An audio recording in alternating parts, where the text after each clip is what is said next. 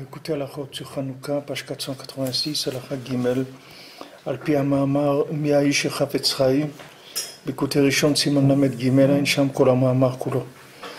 Donc Rabbi Nathan maintenant il va parler de Hanouka d'après la Torah 33 dans le Likutei Moharan. V'Haklal She'Hashem Yitbarach B'Kol Makom, B'Im Elo Kol Haaretz Kevodo. Alors le principe qui sort de cette Torah par rapport à ce qu'on a besoin ici, c'est que Akadosh Baruch Hu se trouve dans tout endroit, qui melo kol haaretz kevodo, parce que l'honneur d'Hachem il remplit toute la terre. Et Vehu mimale kol ha'almim, lui il remplit tous les mondes, Vesavev kol ha'almim, mais il entoure aussi tous les mondes. Alken en shum yush ba'olam klal. Donc il n'y a pas de le yush il n'existe pas, c'est-à-dire il ne faut pas se désespérer. Parce que de tout endroit où quelqu'un se trouve, de tout endroit spirituellement où quelqu'un se trouve, il peut toujours trouver Akadosh Baruch Hu et la Torah et de se rapprocher de lui. Et le Ikar, principalement, c'est grâce au tzaddik de la génération que lui, il a été kofé sur Yetzer, c'est-à-dire qu'il a complètement dominé son Yetzer. Il ressemble à un ange d'Hachem Mamash. Donc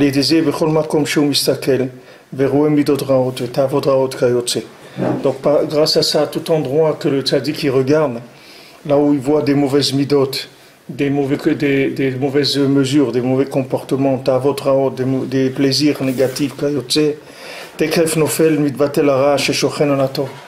tout de suite le mal qui a enveloppé le bien, il tombe.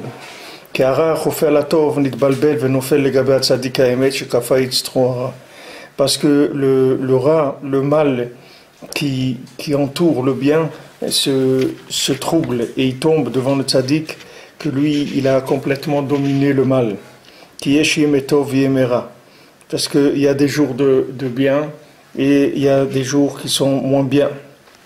Donc Ein Sham Kol Ze Etev, c'est la Torah 33, vous l'avez aussi dans le site, on a fait Hachem entièrement et quelques centaines de cours sur cette Torah. Donc le tzaddik, lui, il peut reconstruire des lettres de la Torah d'après tout ce qu'il y a dans le monde.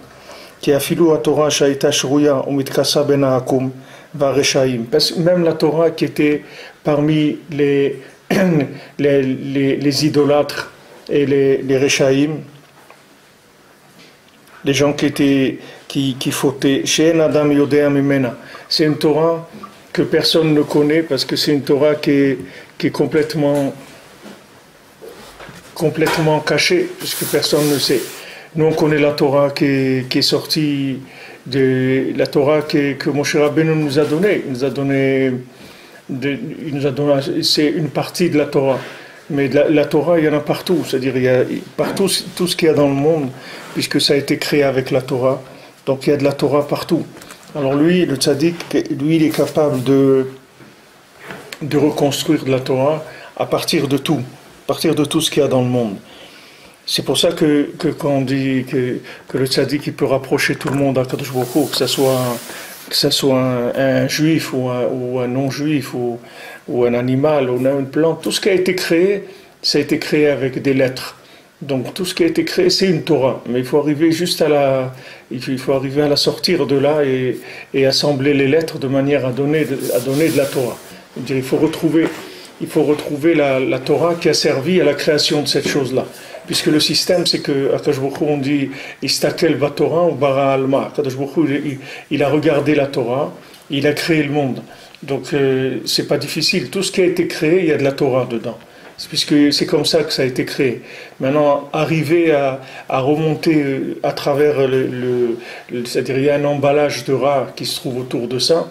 Bien sûr, plus la chose est éloignée de la Kedusha, plus le rat qui l'entoure, il est important. Le rat, ça veut dire c'est le degré de détournement par rapport à la Torah qu'il y a dans la chose. C'est ce qui s'appelle le rat. Le rat, ça ne veut pas dire que c'est quelque chose qui est spécialement impressionnant dans le mal. Ça veut dire que c'est le degré de détournement. Ça peut être même des fois de la Torah. Ça peut être de la Torah qui est fausse, elle peut cacher la vraie Torah. C'est-à-dire, il y a des gens qui sont dans la Torah, quand ils ont découvert Rabbi Nachman, ils ont dit, mais j'ai jamais été juif dans ma vie. J'ai jamais été un juif. Je ne sais pas qu'est-ce que c'est un juif, Bichlal. J'ai jamais su.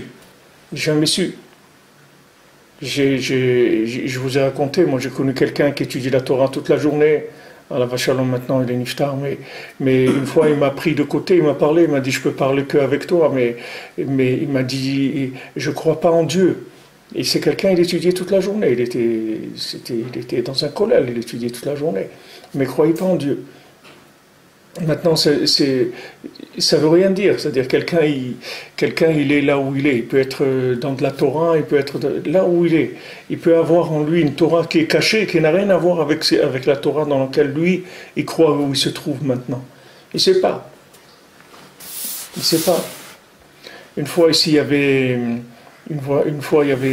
ici au Shtibler de Macharim, une fois il y a Rav Israël Ber au dessert, il est venu ici, comme ça il était de passage et c'était l'heure de Mincha, il devait faire Mincha tout de suite, il est rentré ici au Shtibler, ça s'appelle Yeshua Yaakov, c'est la synagogue du Shtibler là, de Macharim. Il est rentré là-bas, alors c'est des endroits où le minyan il se ramasse, etc. Il y a quelqu'un qui fait Shaliach Tzibur. Alors bon, il y a eu le minyan et ils lui ont dit à lui de faire Shaliach Tzibur. Donc il est monté, il a fait Shaliach Tzibur. Il a fait Shaliach Tzibur, Breslever a fait Shaliach Tzibur. Il a fait Mincha, il y avait quelqu'un là-bas, il est venu après Mincha, il lui a dit d'où tu sors de la tfila comme ça, d'où sort cette tfila? Elle lui a dit cette fille-là, elle sort tu connais Rabbi Nachman et Breslev? Ben, c'est de lui que ça sort cette fille-là. Et il a commencé à lui parler, etc. Alors tout de suite, le gars il a dit alors si c'est comme ça, je veux me rapprocher de Breslev. Et qui c'est ce monsieur-là? C'est Rav David Scherter, c'est le père de Rav Scherter.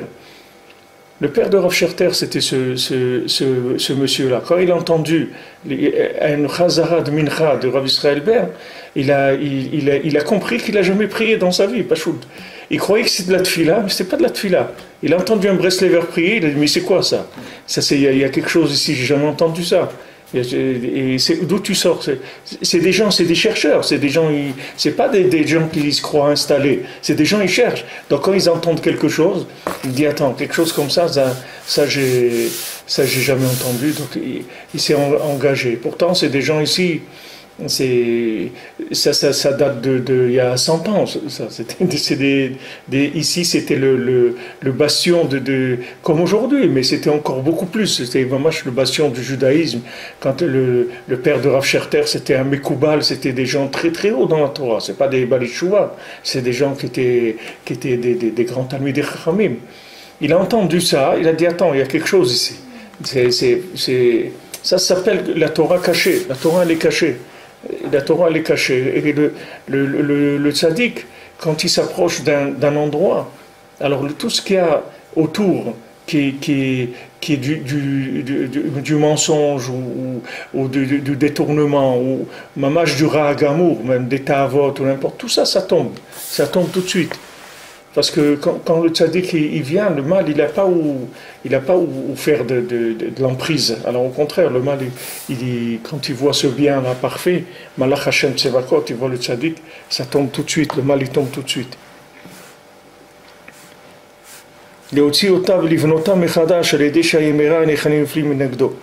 Donc maintenant le tzaddik qu'est-ce qu'il fait? Il reprend et fait de la reconstruction, le maasé Comme il y a dans la société, il y a des centres de réhabilitation, il y a des jeunes, ils ont fait des bêtises, etc.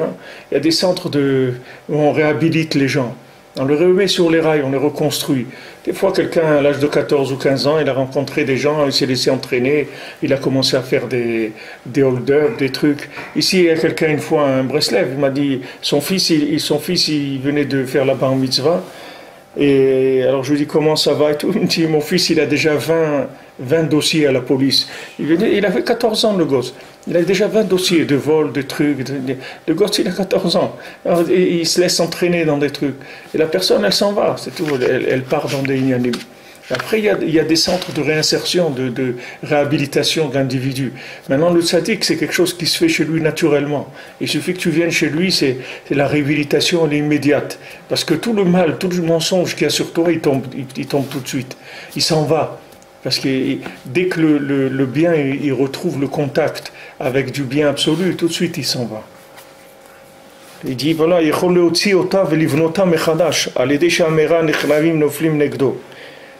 c'est pour ça qu'il te dit un choumiyouch ba'olam klal. Qui est-ce qui peut te dire ça? Personne ne peut te dire ça. Il n'y a que lui qui peut te dire ça. Personne ne te dira un choumiyouch ba'olam klal. Parce que si quelqu'un il va te dire, ok, tu t'es embourbé, tu t'es truc, qu'est-ce que tu veux faire?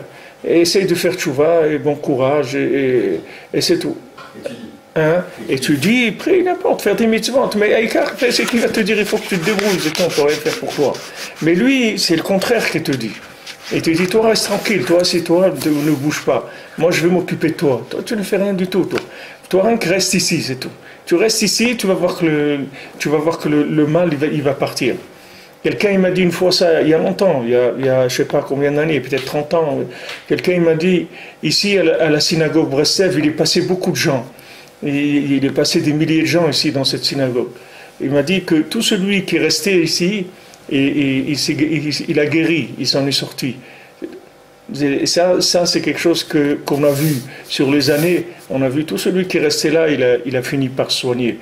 C'est-à-dire par guérir et par être matzliah. C'est-à-dire après il a quitté ce monde avec, dans la sérénité, il a réussi sa vie, pas shoot.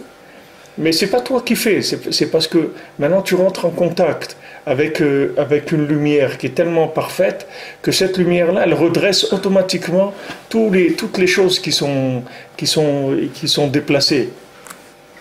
Donc les jours de bien, ils se révèlent. C'est-à-dire que quand on dit qu'il y a des jours de bien, des jours de mal, mais tous les jours il y a du bien. Mais seulement il y a des fois où on arrive à le révéler et des fois on n'arrive pas. Alors il y a des yamim qui s'appellent yamim tovim parce qu'ils sont déjà dans un niveau de bien qui est déjà révélé.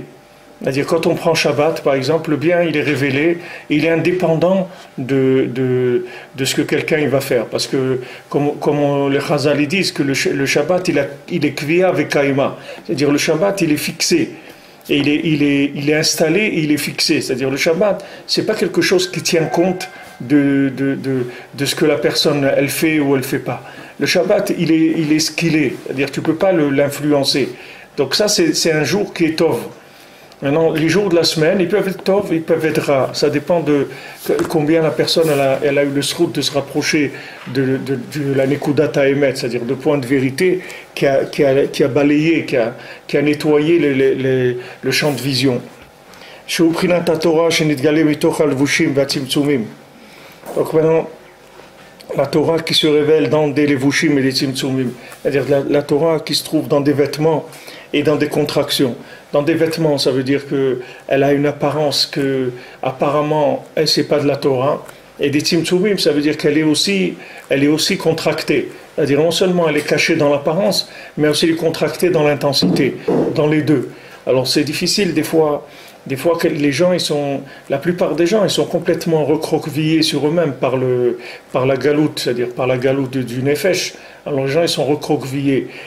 Même si quelqu'un, tu le mets dans un vêtement de Gdusha, c'est-à-dire tu le places dans une situation où la Gdusha, elle peut se révéler, il faut encore le déplier, parce qu'il est plié, l'individu. C'est-à-dire il s'est habitué à se fermer sur lui-même. Quelqu'un qui vit en galoute, alors qui vit dans un un milieu hostile, alors tout de suite il se positionne par rapport à ça et le nefesh il se contracte de la personne parce qu'il sait qu'il est dans un milieu hostile. Et notre ami David et Alexandre, chez le Refoua Shlema, lui à l'âge de 8 ans, il a été caché dans la Shoah, lui il a été caché dans un orphelinat de nazis. C'est-à-dire que c'était un orphelinat pour les enfants de nazis des nazis qui étaient morts à la guerre. Ils avaient un orphelinat. Et lui, ils l'ont caché là-bas. Donc il devait absolument pas. Il savait qu'il fallait pas qu'il découvre qu'il est juif, ni qu'il voit qu'il a la Brit Mila, ni quelque chose comme ça. Il avait 8 ans. Il est resté. C'est comme ça qu'il a été sauvé. C'est par le fait qu'il. Alors imaginez-vous quelqu'un dans sa vie passe des chocs comme ça. Qu'est-ce que c'est des chocs? C'est des trucs qui contractent complètement l'individu. C'est-à-dire que ça fait que la personne se recroqueville sur elle-même. Et après, elle cherche juste un petit peu d'air, c'est tout. C'est-à-dire que du moment où elle a un peu d'air, elle est contente. Vous voyez, lui, il prend le bus, n'importe quoi, il est content. Tout, il est content. Tout ce qui est de la liberté, il est content. Il peut marcher dans la rue, personne ne le frappe, ne l'embête, ça suffit pour être sa mère. Il monte dans le bus, le chauffeur lui dit Boker Tov, Matlon Prap, c'est pour lui, ça y est, c'est le Gan Eden. C'est parce que la personne, elle a vécu tellement contractée par des chocs, c'est terrible. Ça, à part le lévouche. C'est-à-dire le lévouche, c'est encore autre chose. Le lévouche, c'est quand la personne elle s'est déguisée pour arriver à fonctionner dans le monde. Elle n'a pas eu le choix. Elle a mis un déguisement, elle est restée là-dedans. Parce que c'était difficile pour elle. Donc maintenant, quand le tzaddik il aide la personne à se débarrasser des lévouchim et à décontracter la lumière, alors à ce moment-là, cette lumière-là, c'est-à-dire cette Torah, elle reçoit une grande lumière d'en haut. C'est-à-dire, pour l'instant, cette Torah, elle ne pouvait pas être alimentée par le haut, parce que sinon, elle aurait alimenté les chitzonim, elle aurait alimenté la klipa. C'est comme quelqu'un qui se trouve dans un endroit où il est entouré par des voleurs, alors son père, il ne va pas lui envoyer de l'argent. Il lui envoie rien que du manger, c'est tout. Il ne peut pas lui envoyer de l'argent, parce qu'il sait qu'on va le voler. Donc cette Torah qui est cachée dans des endroits qui sont des endroits de klipa, elle ne peut pas être alimentée par une Torah d'en haut, une Torah plus élevée. Donc elle reste dans son minimum de fonctionnement. Tout ça, c'est des choses qui donnent beaucoup de chizouk. Quand vous rentrez là-dedans, vous voyez les maasés qu'on n'est pas limité. C'est-à-dire chaque individu n'a aucune limite. Parce que chaque individu, c'est une base pour recevoir de la Torah d'en haut. C'est-à-dire une Torah qui est infinie. C'est-à-dire chaque personne. Et les maasés, la limite, c'est la limite qu'on s'est mis nous-mêmes, qu'on nous a mis, comme on nous a détourné l'esprit, le cœur, etc. C'est pour ça qu'on est comme on est. Mais techniquement, il n'y a aucun problème pour recevoir des choses extraordinaires. Vous voyez, quand il y a eu la révélation du Zohar, les gens ne savaient pas que ça existait, le Zohar. Qui est-ce qui savait que ça existait? Il y avait des Tanaïm, des gens Miyuchadim, qui savaient qu'il y avait des secrets de la Torah. Mais c'était quelques personnes sur terre, c'était des gens très très initiés. La plupart des gens, jamais, ils pouvaient imaginer qu'il existe des secrets de la Torah. Personne ne pouvait imaginer ça. Parce que les gens, ils étaient dans un matzav, où déjà pour eux, la Torah comme elle était, déjà pour eux c'est extraordinaire. Ils ne pensaient pas qu'il y avait une autre Torah. Mais les maasés, la venue du Zohar dans le monde, que quand Rabbi Shimon est venu, il a dit Bezohar daifkun migaluta, avec ce Zohar, ils vont sortir de la galoute. L'homme Israël, c'est ça qui va sortir de la galoute. Ça veut dire que maintenant, quand quelqu'un il va voir le Zohar, tout de suite il va se libérer. C'est comme les Abdil, l'Amérique. Vous voyez l'Amérique, la ruée vers l'or, c'est la même chose. Il y avait un gars qui était un ouvrier, il travaillait dans le Lot-et-Garonne, il réparait les pneus des camions et des trucs, qui mettaient des rustines, etc. Un jour, il voit, il y a un pays, il y a de l'or, tu mets des trucs, tu ramasses de l'or, en un jour, tu peux t'enrichir. Le gars, il vend tout ce qu'il a, il prend un bateau, il va là-bas, et il tente sa chance. Maintenant, le Zohar, c'est le même principe. C'est-à-dire, quand les gens ils ont vu le Zohar, ils se sont dit, mais qu'est-ce qu'on est en train de faire? On est en train de dormir là. On dort complètement. Qu'est-ce qu'on est en train de faire? Qu'est-ce qu'on est en train de faire? Viens voir qu'est-ce que c'est. Yaakov, il est venu, il a mis des pierres sous sa tête, il a dormi. Viens, regarde ce matin, Baruch Hashem, on a fait un peu le Zohar sur la paracha. Mais viens voir qu'est-ce que c'est ces pierres-là.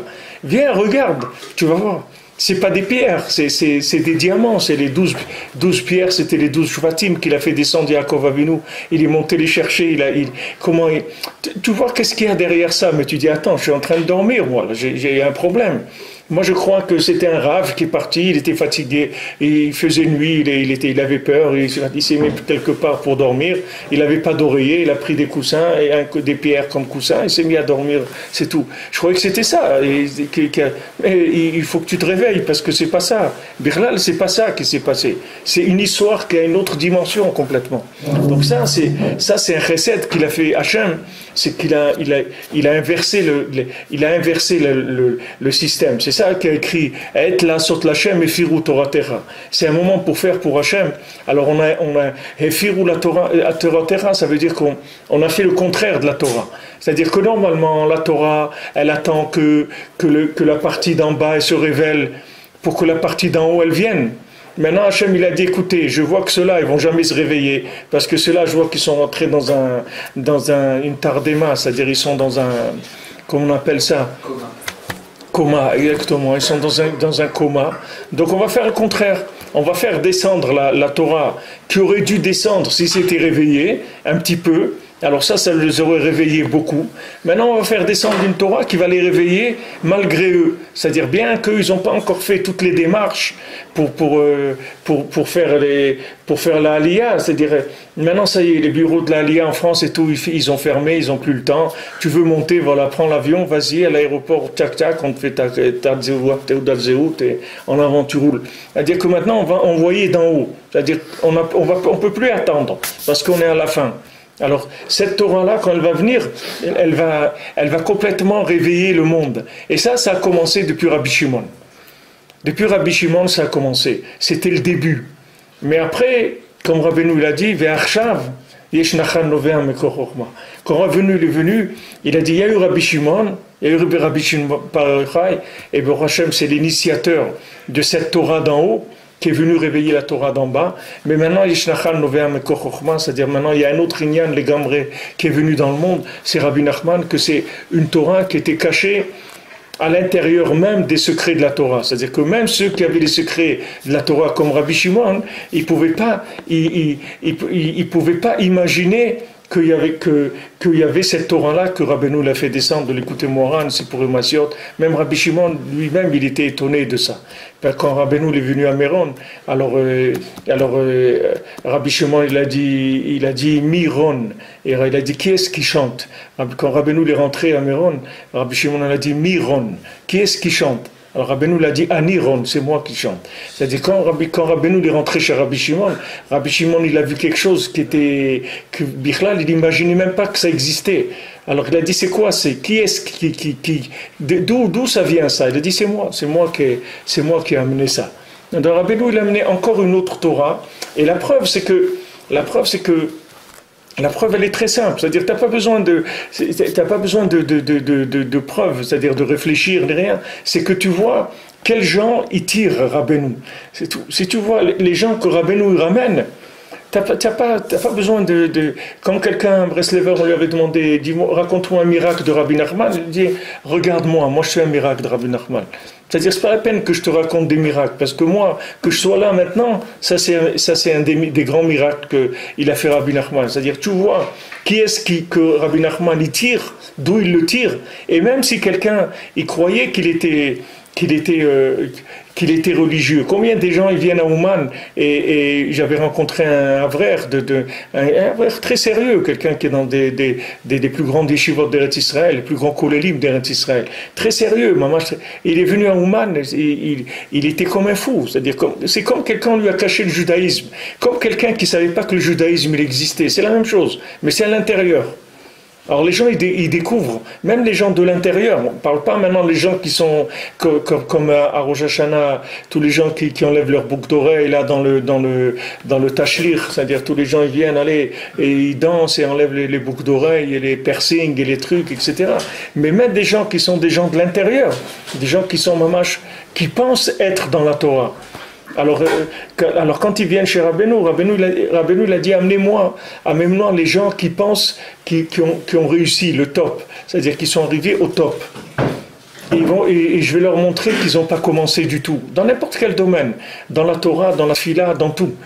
Et ça, vous pouvez, si vous avez eu le mérite de faire un peu de la yeshiva, quand on est Bachur Yeshiva, à la yeshiva, c'était comme ça, c'est-à-dire que tu prépares le shiur de Gemara avec ton chaver et tout, alors tu prépares toute la sugya, tu notes, tu prends un truc, et tu mets tout en place, tout tient bien, tu vois, tout est en place, tu as bien compris, etc. Maintenant, les shiurim, c'est-à-dire les shiurim de deuxième ou troisième niveau, c'est des shiurim où le Rav ne fait pas le texte de la Gemara. C'est-à-dire il commence directement après, c'est-à-dire le texte avec le Rashi, Tosfot, les Rishonim, tout ça c'est fait déjà par celui qui rentre dans le shiur. Alors tu rentrais dans le shiur, bien sûr tu es blindé, tu as tout préparé, tout nickel, tout est bien, tu as fait des schémas, tout bien. Tu rentres, le Rav il te dit un mot, tu vois. Il te dit un mot, tu vois tout ton truc, il tombe par terre, tu n'as rien compris du tout. Tu n'as rien compris, Berlin. Tu n'as rien compris de la Sougia, tu étais complètement dans un autre monde. Complètement. Et ça, les gens qui ont étudié le Niglé, qui ont fait de la yeshiva, c'est tous les jours comme ça, c'est pas une fois par an. Tous les jours c'est comme ça. Tu prépares et tu vois après que Birla, tu n'as pas compris. Et tu n'as pas compris de quoi ça parlait. Ça parle d'un texte dans lequel il y a un chemin logique, etc. Parce que le Rav, il va t'amener sur un chemin par de la logique. C'est tout, il va te montrer que tu t'es trompé. Il y a une porte que tu croyais que c'était une fenêtre et c'était une porte. C'était pas, si tu croyais que c'était une bouche d'aération, les massés, c'était la porte d'entrée. Tu t'es trompé dans le raisonnement. Pas shoot. Alors ça c'est dans le raisonnement simple. Imagine-toi dans les profondeurs de la Torah, qu'est-ce que c'est? C'est-à-dire il n'y a pas de limite là-dedans. Quand Rabbeinu recevait quelqu'un, il lui disait, cette semaine on a parlé de Rabbi Youdel. Rabbi Youdel, quand il est rentré chez Rabbeinu, Rabbi Youdel c'était le Admour de Koretz. Vous avez lu, il y a des Sfarim de Rav Pinchas Mikoretz. Vous voyez voir que c'est Rav Pinchas Mikoretz, il y a des Sfarim qui s'appellent Imre Pinchas. Vous allez voir que c'était Rav Pinchas Mikoretz. C'était des Talmidim du Baal Shem Tov. C'était comme comment il s'appelle, Rav Levi Yitzhak de Berditchev. C'est des gens très très grands. Et ce Rav Youdel, c'était le Rebbe, après quand il est niftar, le Rav Pinchas de Koretz, c'était lui le Rebbe, le Admour de Koretz, c'était Rav. Et quand il est rentré chez Rabbeinu, il a explosé, c'est-à-dire il lui a dit un mot, vous savez, il est parti complètement. Il est parti complètement. Il était âgé, je crois qu'il avait 12 ans de plus que Rabbeinu dans l'âge. C'est-à-dire quand il est rentré chez le Rebbe, il avait 12 ans de plus que le Rebbe. Alors imagine-toi un Admour, que lui c'est un Admour officiel, il avait beaucoup plus d'élèves que Rabbeinu. Rabbeinu c'était un chidouche, il venait de commencer. Lui c'était un Admour qui était installé, etc. Et il est rentré chez le Rebbe parce que justement il a vu quelqu'un prier et tout. Il a demandé d'où tu viens, il a dit là-bas à Breslev. Alors il est venu voir Rabbeinu à Breslev. Et Rabbeinu lui a dit qu'est-ce que tu veux connaître des chemins dans Avodat Hashem? Tu n'es même pas sorti de la terre encore. Tu es encore dans la terre complètement. De quoi tu parles d'Avodat Hashem? Alors là, il a tremblé complètement. Lui, il ne l'imaginait pas. C'était un Dmour, c'est-à-dire c'est un homme qui a Ruach HaKodesh, qui fait des Nissim, qui avait Aliyat Neshama dans des Olamot et tout. Tu parles à quelqu'un maintenant, c'est des grands professionnels de l'Avodat Hashem. Ce n'est pas des gens, des rabbins, tu comprends? C'est des gens qui sont même comme ils sont là, ce qui reste comme ça, c'est des grands chidushim. Mais quand ils ont vu Rabbeinu, tout de suite ils se sont annulés, tout de suite. Parce qu'ils ont vu, ils disent attends, là c'est autre chose, là on parle d'autre chose. Arrêtez parce que c'est fini, là on est rentré dans autre chose. Alors ça, c'est valable à tous les niveaux. C'est valable pour un bonhomme qui est dans le plus profond de la klipa, c'est valable dans l'homme qui est dans le plus grand Kedusha, le plus grand Lamdan et tout ce que...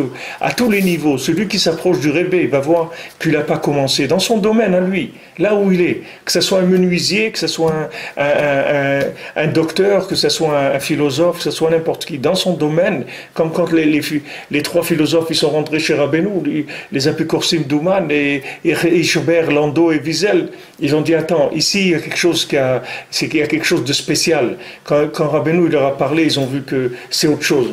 Et ils se sont attachés à lui de tout leur cœur et de toute leur âme. Il faut voir ces gens-là, comment ils ont aimé Rabbeinu.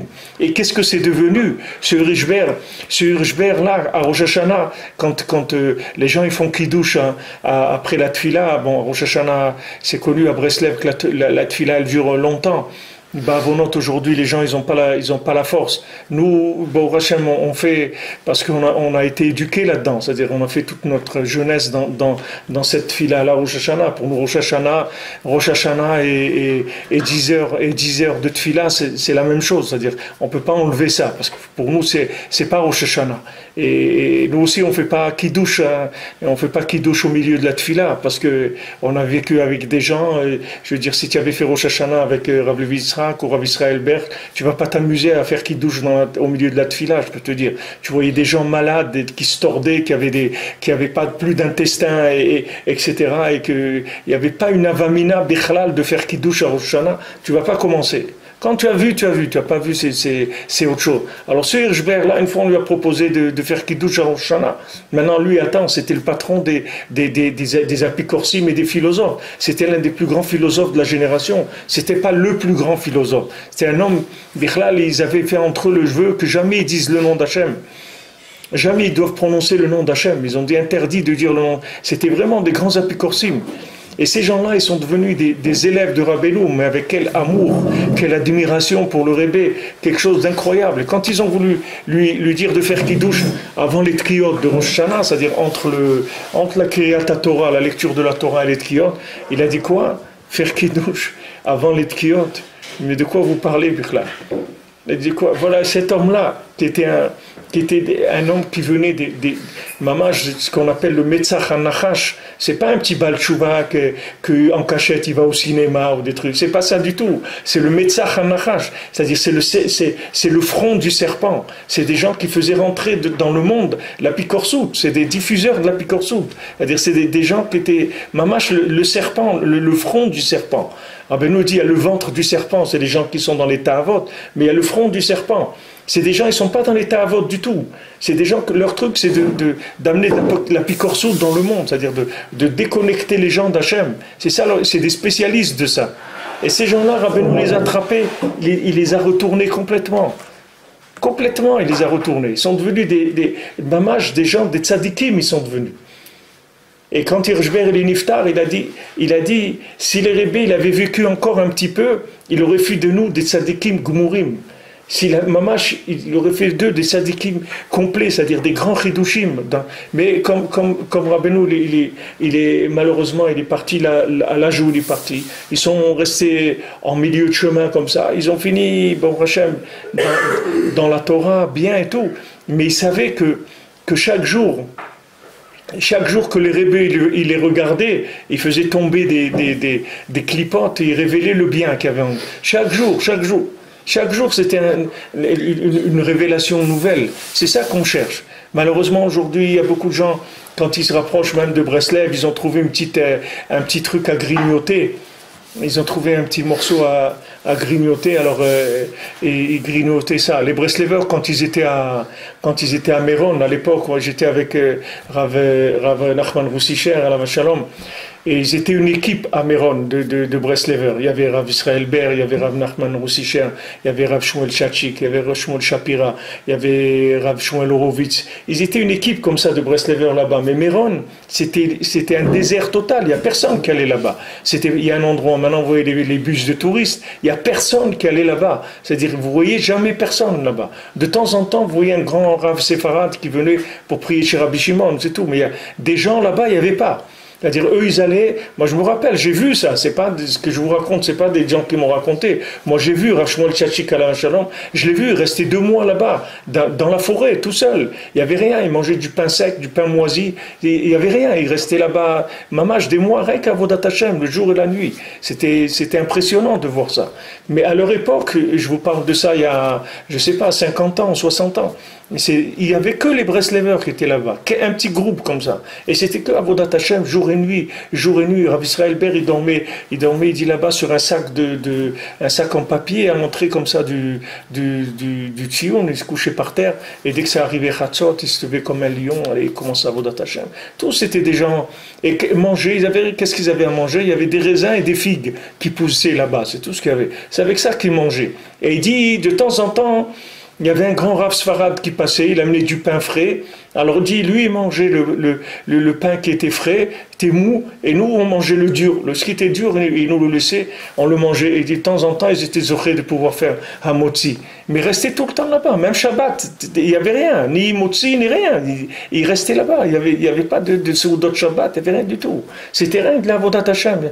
Moi, j'ai passé des Shabbatot avec eux, je vous parle il y a 35 ans, des Shabbatot avec ces gens-là à Ouman, à Méron, c'est impressionnant. Il n'y avait rien. C'est-à-dire, à l'époque, il y avait déjà quelque chose, un peu d'eau avec des pommes de terre, et du pain.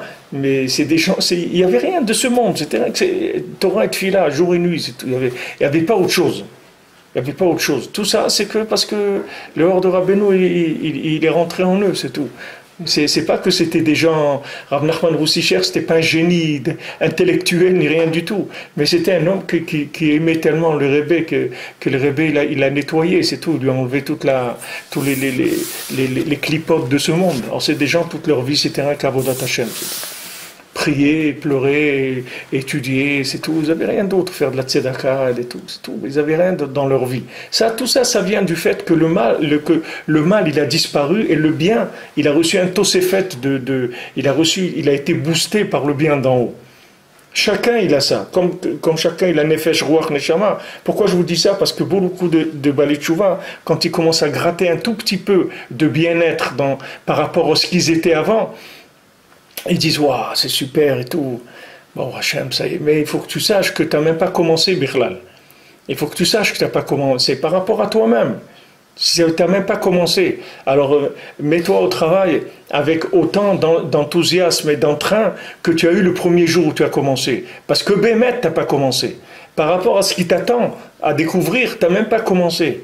C'est-à-dire que tu as touché juste un petit peu, tu as bougé quelques trucs qui t'ont permis maintenant de pouvoir, Baruch Hashem, construire un foyer, faire ta tfila betzibour, des inyanim, Shabbat, tu étudies un petit peu et tout. Mais attends, si tu pouvais voir qu'est-ce qu'on attend de toi, c'est-à-dire à quoi tu peux arriver, tu serais vraiment affolé complètement de voir à quoi tu peux arriver. Il n'y a pas raison de s'affoler, il faut pas s'affoler, il faut être content de ce qu'on a déjà, mais il y a beaucoup encore à faire.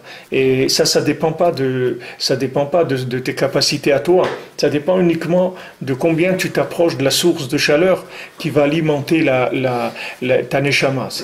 C'est ça qu'il faut chercher.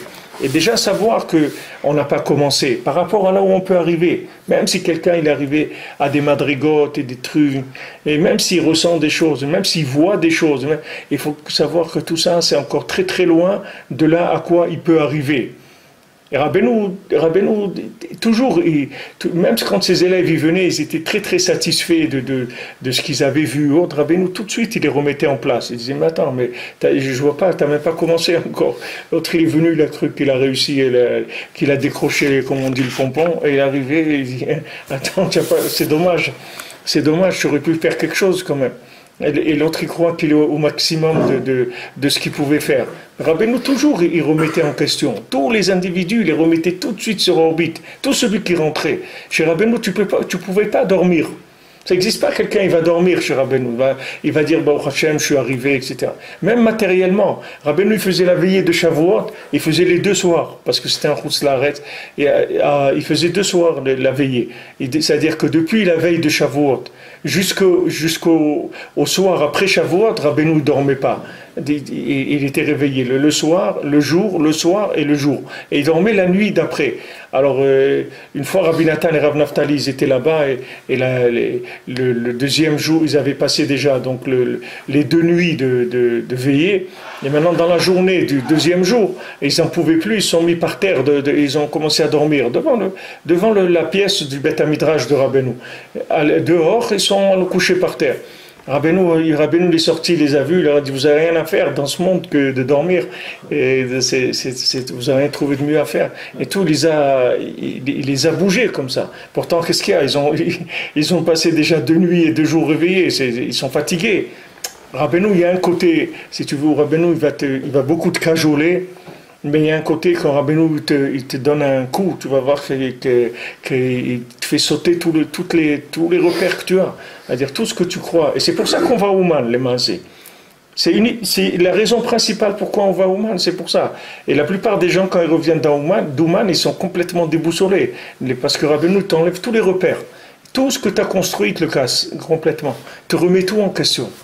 Sinon, qu'est-ce que tu vas rester? Tu vas faire des vieux os, comme on dit. Il faut avancer. En fait, il faut rien faire. Hein? Pourtant, tu as dit qu'il faut rien faire. À faire, il n'y a rien à faire, mais il faut chercher. À faire, toi, tu peux rien faire, tu peux pas t'en sortir. Mais comme tu branches le téléphone pour qu'il se charge, il faut que tu le branches, c'est tout. Il ne faut pas que tu oublies ce que tu es en train de faire, c'est tout. Les Breslevers, tous les jours, c'était comme ça ce qui vivaient, c'est-à-dire ils se rappelaient tout le temps qu'il y a un autre monde. Attends, qu'est-ce qu'on est en train de faire? Où est-ce qu'on est là? Qu'est-ce qu'on est en train de faire? C'était ça leur dialogue, si tu veux, de tous les jours. Tous les jours après la tfila, ils se parlaient de ça, du tachlit. Tous les jours, ils parlaient de ça. Rabbeinu dit, il faut parler du tachlit tous les jours. Il ne faut pas passer un jour en croyant qu'on est installé ici. Tous les jours, il faut se dire, attends, qu'est-ce qu'on a fait, où on va, etc. Il faut remettre en question. Vazan itosef be'atov hazeh or rav mileela, ki mitrila kshaya atov mechuse ben haklipot, lo haya nimshach alav or rav, ki im kedei chiyuno betzimtzum. Donc tant que le bien, il était dans les clipotes, alors on ne pouvait pas alimenter ce bien-là, parce que sinon c'est les clipotes qui vont se nourrir. Donc pour l'instant on lui envoie un minimum, juste pour pas qu'il meure, c'est tout, un tout petit peu de bien. Pour que les clipotes ne se nourrissent pas. Maintenant que le mal il s'est annulé et que le bien commence à se révéler, à ce moment-là, il y a une grande lumière qui vient d'en haut. Ça y est, ça a commencé. C'est le massé que je vous ai raconté plusieurs fois, que Rav Eliovitch l'avait dit. Il y avait deux amis qui étaient très riches, et il y en a un qui a perdu toute sa fortune. Alors son ami, il a eu pitié de lui, il lui a dit, viens, je vais te donner du travail, etc. Et il lui a donné toutes les pommes, les pommiers qu'il avait, il lui a donné à s'en occuper. Quand il lui a donné à s'en occuper, les pommiers, il n'y avait plus rien qui poussait. Alors les deux, ils étaient gênés parce que lui, il veut lui donner du travail pour lui remonter le moral, etc. Et l'autre, il lui a dit, regarde, celui-là, il avait des pommiers et tout. Maintenant, depuis que je suis venu, ses pommes, les pommiers ne donnent plus rien du tout. Les deux, ils étaient embêtés. Comme ça a duré 1 an, 2 ans, 3 ans. Rien, ils poussaient rien du tout. Et il y a une année où ils ont commencé à bourgeonner les pommiers, ça y est, ça avait repris. Alors, il est venu, le riche, il est venu pour faire un peu de simcha avec son ami. Il dit, ça y est, voilà, ça bourgeonne, hein, tu as vu, etc. Et il le voit, il était en train de faire sa valise. Alors, il lui dit, mais attends, pourquoi tu pars? Et ben, ça y est, maintenant, il va y avoir la récolte et tout. Alors, il lui a dit comme ça, il lui dit, tant que mon mazal, il fonctionnait pas. J'étais là, j'étais en attente. Il dit, maintenant que mon mazal il s'est remis, tu crois que je vais passer mon temps à cueillir des pommes? Ça y est, maintenant je vais vers la richesse, je vais reprendre mes affaires, ça y est. Ça veut dire que mon mazal il est revenu. C'est-à-dire tout de suite il s'est remis en position et maintenant quelqu'un, et nous c'est la même chose, quelqu'un il vient de là où il vient. Ah, on vient, on lui dit, waouh, il y a des petits trucs, ils ont fleuri, tout. Il dit, ah bon, c'est magnifique, hein, merci, etc. Il est content, tu vois. Il est content, il ramasse des sacs de pommes, mais avant il était paumé, maintenant il ramasse des pommes. Ça va, il est content, il disait, c'est beaucoup mieux. Au moins, prochain, je suis en train de faire quelque chose. C'est nifla et tout. Il dit, attends, mais il t'attend des grandes choses. Il t'attend, mamage, des grandes choses. Il y a des grands. Mettons en route. Mettons en route. Je ne sais pas quoi, il y a une expression qui disait en anglais souvent dans les chansons à l'époque, je ne me rappelle pas comment il disait, mais take the road, ou je ne sais pas comment il disait. Il disait, allez, vas-y, prends la route, parce qu'il y a du chemin, c'est-à-dire qu'il y a à faire. Il y a à faire. Hein? Hit the road, voilà. Allez, vas-y, il faut y aller, mon ami, parce que ne crois pas, c'est bien, bon, Hachem, c'est bien, mais justement, parce que c'est bien, il faut y aller. C'est parce que c'est bien, c'est très bien même. Mais il faut y aller, il faut avancer, il ne faut pas rester sur place. Et par ça, chez Nidgalé à Torah, aux Zoché le Shalom. Donc quand il y a la Torah qui se révèle, ça amène du Shalom. Prinat Ba Alel Davar Belokim Alel Bachem Alel Davar Belokim. C'est-à-dire que maintenant, que ce soit dans Hachem, dans les Rachamim, ou dans les dinim, dans la rigueur, dans les deux, je vais louer Hachem. Aïnou ben betivo ben be'ako, que ce soit dans des moments qui sont bien ou des moments qui sont moins bien. Et imtsabo Hachem itbarach, il va trouver tout le temps Hachem. Ou betorah yesh nigle venistar. Maintenant, dans la Torah, il y a du niglé et du nistar, c'est-à-dire il y a des choses révélées, des choses cachées. Va nistar ou prina Torah ita adektika stima. Le nistar, c'est quoi? C'est Torah oraita adektika stima. Il y a de la Torah qui est cachée pour le futur. C'est-à-dire, c'est ça les secrets. Comme je vous ai dit, la Torah de Rabbi Shimon, c'était prévu normalement comme dessert. Maintenant, on a vu que les gens ils mangent pas. Alors on dit, on va essayer, on va leur servir le dessert en entrée, peut-être que ça va marcher. On va mettre à l'envers, c'est-à-dire le beau gâteau à la crème, tout ça, qu'on a gardé pour le dessert, on va leur mettre ça en entrée. Peut-être ils vont voir ça, peut-être que ça va leur faire quelque chose et ils vont démarrer. Beprinat Ahava Shebedat, ça s'appelle Ahava Shebedat. Alors là-bas, on avait vu ça, Ahava Shebedat, ça veut dire que maintenant, il y a un amour d'Hachem pour son peuple et pour sa création en général par rapport à ce que les gens y font. C'est-à-dire qu'il y a un amour qui vient des actions de la personne, du comportement de la personne, qui fait plaisir à Kadosh Baruch Hu. Et il y a un amour qui vient du fait qu'il a été créé par Hachem, que c'est une créature d'Hachem. Ça, c'est un amour qui n'a rien à voir avec ce que la personne, elle fait. Et alors, Rabbeinu rapporte là-bas que, comme l'amour d'un père pour son fils, c'est-à-dire il y a un amour du père par rapport à son fils, que Baruch Hashem, son fils, il lui donne du nachat, que son fils, il fait ce qu'il attendait de lui, peut-être plus que ce qu'il attendait de lui. Donc le père, il est très joyeux. Et il y a un amour du père pour son fils qui n'a rien à voir avec ce qu'il fait son fils. Même si son fils, il lui casse la maison toute la journée, le père, il l'aime parce qu'il y a un amour qui vient de l'attachement de l'âme du fils à l'âme du père. C'est-à-dire, comme le fils, il vient d'une goutte du cerveau du père, donc il y a un attachement qui est essentiel, c'est-à-dire qui est l'essence même. C'est-à-dire l'essence de mes enfants, elle se trouve dans mon cerveau. Donc je les aime parce que c'est moi-même, c'est-à-dire c'est une excroissance de moi-même. C'est pour ça que je les aime. C'est pas par rapport à ce qu'ils font. Et souvent aujourd'hui, les enfants, c'est ce qu'ils demandent. C'est-à-dire c'est cet amour-là qu'ils demandent. Ils ne demandent pas l'amour de la réussite, parce que ça ne les intéresse pas. Comme à Kadosh Baruch Hu. Kadosh Baruch Hu, il envoie ça aussi aujourd'hui, ces épreuves-là, comme il n'y a jamais eu dans le monde. C'est des épreuves aujourd'hui où les jeunes, mamash, ils demandent aux parents de les aimer avec un amour gratuit. C'est-à-dire ils veulent que les parents ils leur prouvent qu'ils les aiment, même si c'est des gens qui ont échoué. C'est-à-dire l'enfant il va faire exprès de faire des bêtises pour voir est-ce que tu l'aimes à lui ou est-ce que tu aimes ses actions. C'est ça qu'il veut voir. Et si maintenant il voit que s'il ne fait pas des bonnes actions, tu l'aimes plus, alors avec ça il dit tu n'es pas mon père, alors c'est tout. C'est pas toi mon père.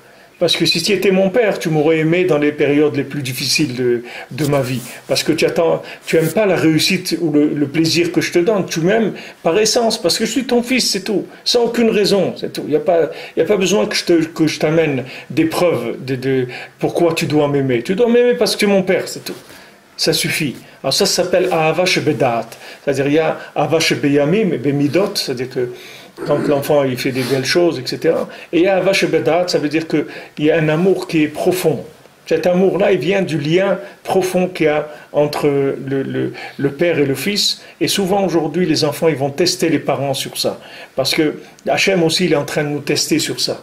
Hachem nous affaiblit.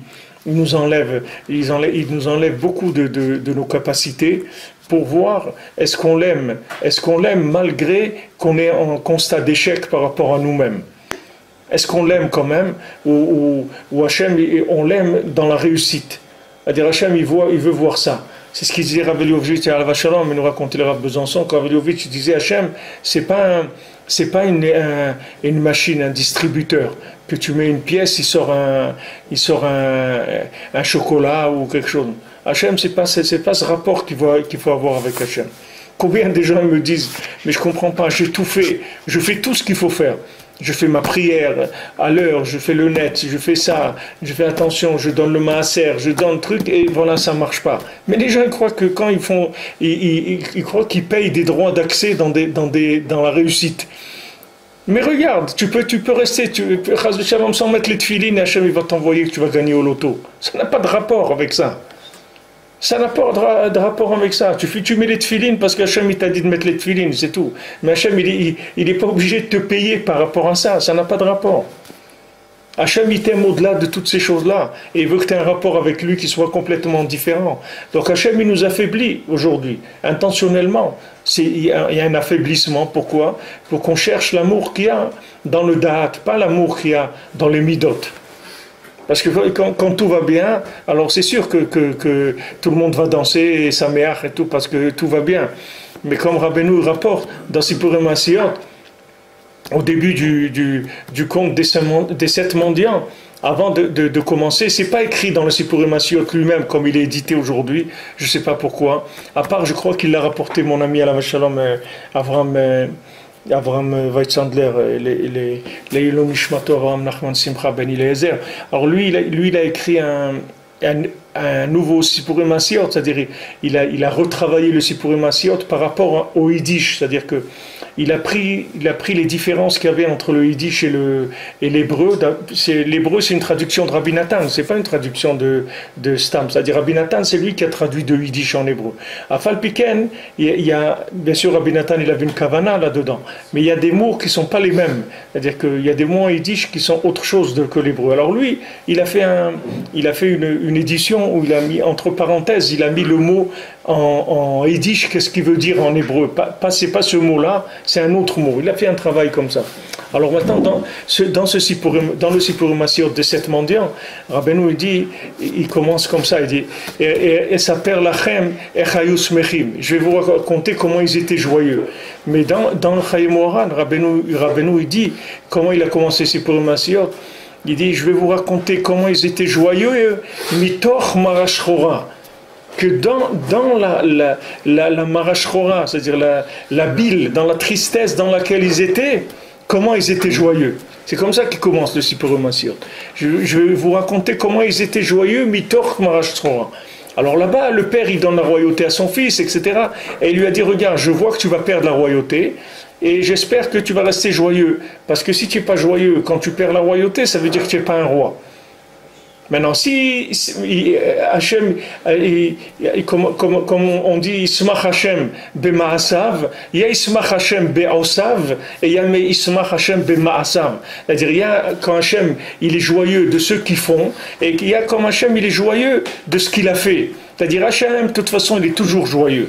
Parce qu'Hachem, il est content de ce qu'il a fait. C'est-à-dire Hachem, Vayar, Hachem, Taor, Kitov, Hachem, il est content de ce qu'il a fait. Même si tu fais que des bêtises, Hachem, il est content, lui, de ce qu'il a fait. C'est-à-dire Hachem, tu ne vas pas le rendre triste, parce qu'Hachem, il est joyeux de toute façon de ce qu'il a fait.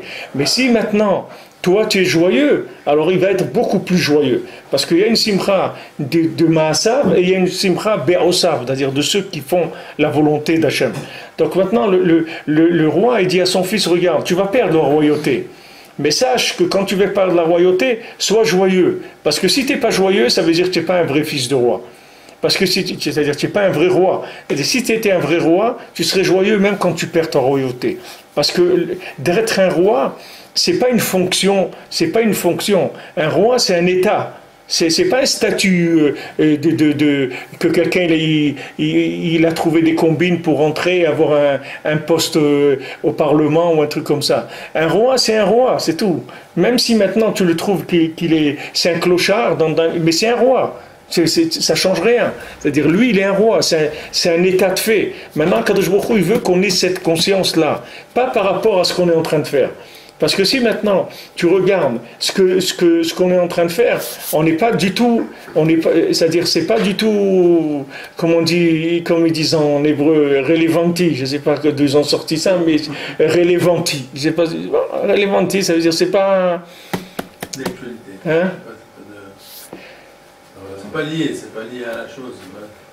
C'est-à-dire aujourd'hui, on va dire, regarde, Hachem, il nous a donné Eretz Israël, les Nissim, les trucs, on a vu, tous les trucs et toutes les bombes qu'ils envoient, etc., et qu'ils avaient prévu de faire des attentats, et Hachem, il nous sauve, etc.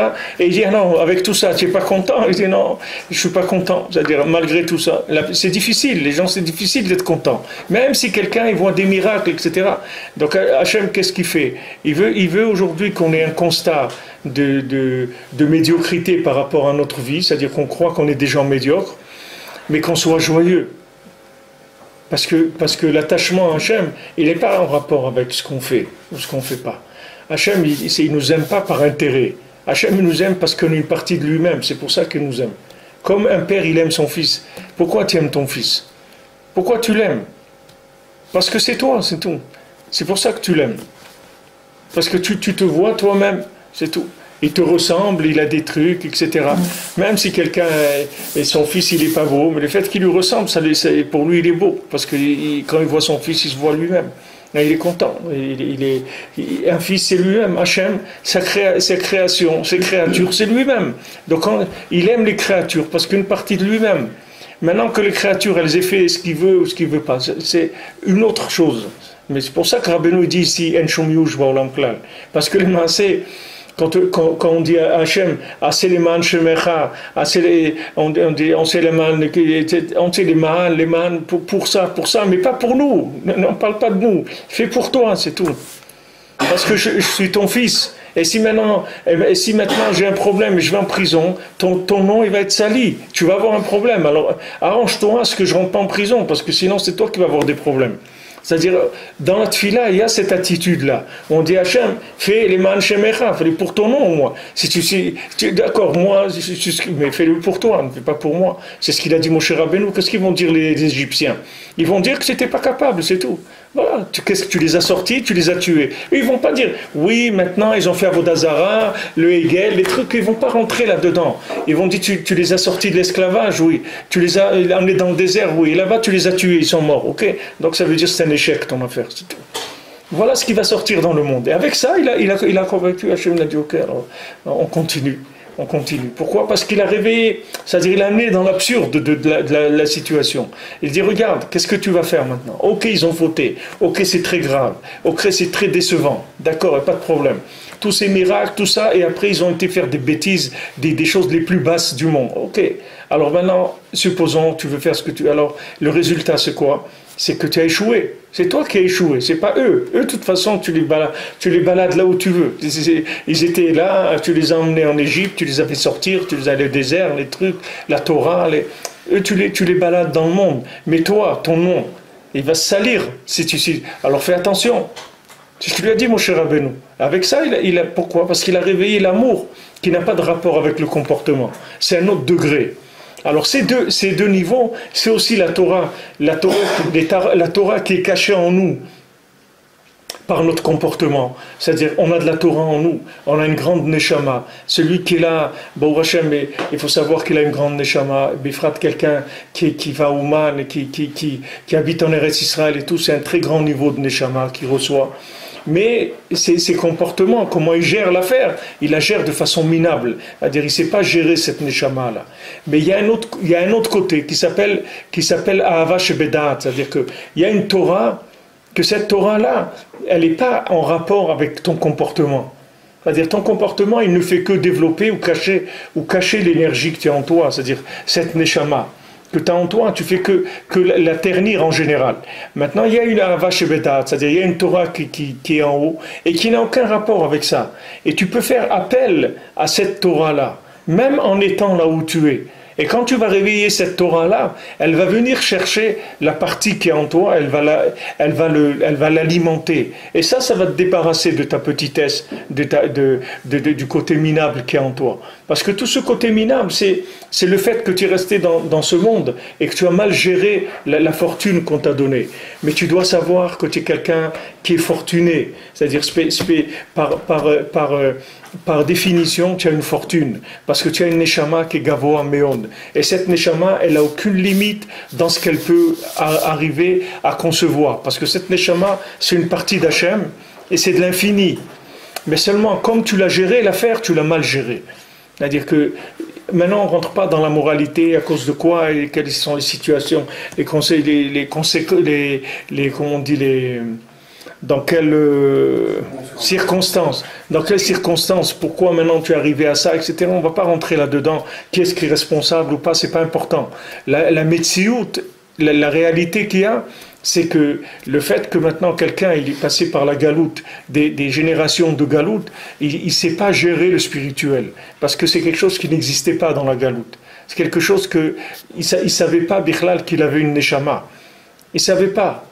Ils ne savaient pas. Il y a des gens qui sentaient qu'ils étaient un peu anachroniques par rapport. Moi, quand j'étais au lycée à Toulouse, j'étais au lycée en première, j'avais 17 ans. Et je ne connaissais pas, je venais d'arriver du Maroc, etc. Et je voyais des gens là-bas, des gens qui s'affrontaient le matin. Il y avait des bagarres comme ça, mais des bagarres dures avec des barres de fer, des trucs. Il y a des gens qui venaient, qui étaient. Alors il y avait les fascistes, il y avait les trotskistes, il y avait des trucs qui se. Moi j'étais là, je voyais tout ça. Qu'est-ce que c'est ces trucs-là? C'est quoi ces gens-là? Qu'est-ce qu'ils sont en train de faire? Birlal, j'ai jamais pu. J'ai jamais pu m'identifier, avoir ni un ami, ni rien du tout. J'ai passé mes trucs, et le bac, et j'ai commencé l'université et tout, mais rien. J'ai jamais pu parler avec quelqu'un. Je ne sais même pas qui ils étaient, je ne sais pas ce qu'ils voulaient, Birlal. Je ne sais même pas dans quel monde j'ai atterri, je ne savais pas qu'est-ce que je faisais là, Birlal. Je n'avais pas de dibour avec les gens, on ne pouvait pas parler, je ne savais pas de quoi ils parlaient. Et ils étaient là en train de se battre pour des trucs, je ne comprenais rien du tout. Je ne comprenais rien. Alors, ils parlaient les uns contre les autres, ils disaient ouais, c'est un truc, on va faire ça. Là-bas, il y avait des manifestations à Toulouse qui étaient un petit peu animées, c'est-à-dire c'était des trucs, ils incendiaient des fourgons de police, ils faisaient un peu d'action, il y avait un peu de trucs. Mais c'était minable par rapport à ce qu'ils pouvaient faire. Ils pouvaient acheter des armes, faire des trucs et tout. Mais ça, ils ne voulaient pas. Ils ne voulaient pas faire ça. Alors, je ne comprenais pas. J'ai dit, mais...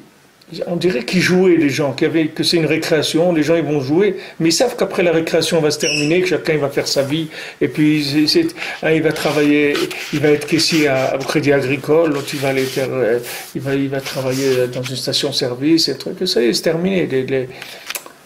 Et si tu n'arrives pas à t'identifier, c'est-à-dire des fois tu es dans la galoute, et Hachem il t'aide que tu n'arrives pas à accrocher, tu n'accroches pas dans la galoute, c'est-à-dire tu restes étranger dans la galoute, le fugitif, tu vois, c'est-à-dire tu es toujours en train de te sauver de quelque chose parce que c'est pas ça, c'est pas ça, c'est pas ça, tu sens que c'est pas ça, mais ça c'est un chesed d'Hachem, c'est-à-dire ta neshama déjà, quand elle n'arrive pas à complètement se faire assimiler, c'est des grands chassadim déjà, que tu n'arrives pas à rentrer là-dedans. Mais il y a des gens qui sont assimilés complètement. Ils ont cru que c'était ça. On leur proposait le menu. On leur dit voilà, c'est ça. Ils disent bon, si c'est ça, on y va, c'est tout. Il n'y a pas de problème. Alors maintenant, même ces gens-là, quand tu les sors, tu leur donnes un peu de Torah. Ils ne savent pas qu'il y a une Torah d'en haut qui vient de la partie de la Neshama qui est en haut, qui peut les alimenter et faire d'eux d'autres individus complètement. Ça, les gens, ils ne savent pas ça. La plupart des gens, ils n'imaginent même pas ça. Même le Rebbe, même Rabbi Nachman, il dit, si j'avais su, quand j'étais plus jeune, qu'est-ce qu'Hachem il allait faire de moi, alors toute la Vodat Hachem que j'ai fait toute ma vie, je l'aurais fait en 1 heure.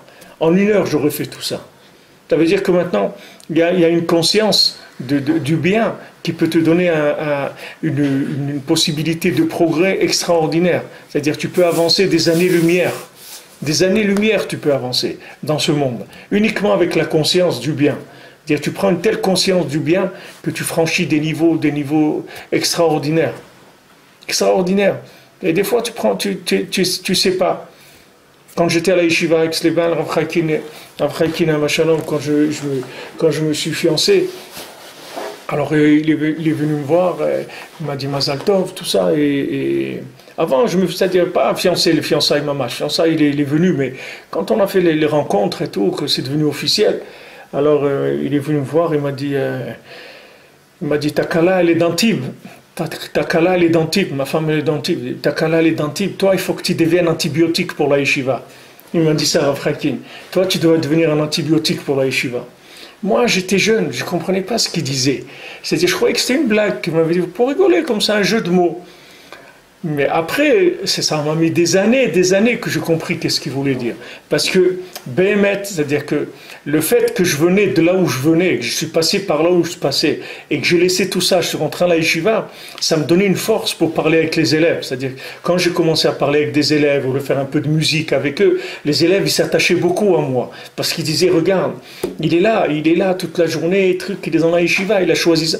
Pour eux, c'était une preuve que voilà, on peut sortir de là et même si on est passé par là, on n'y reste pas et Mais moi, quand il m'avait parlé, je ne me rendais pas compte. Je ne pouvais pas réaliser ce qu'il disait. Je croyais que c'était une blague. Lui, il blaguait. Non, lui, il blaguait beaucoup, mais il blaguait jamais. C'est-à-dire que toujours quand il disait une blague, il voulait te dire quelque chose. Mais toujours, il habillait dans une blague.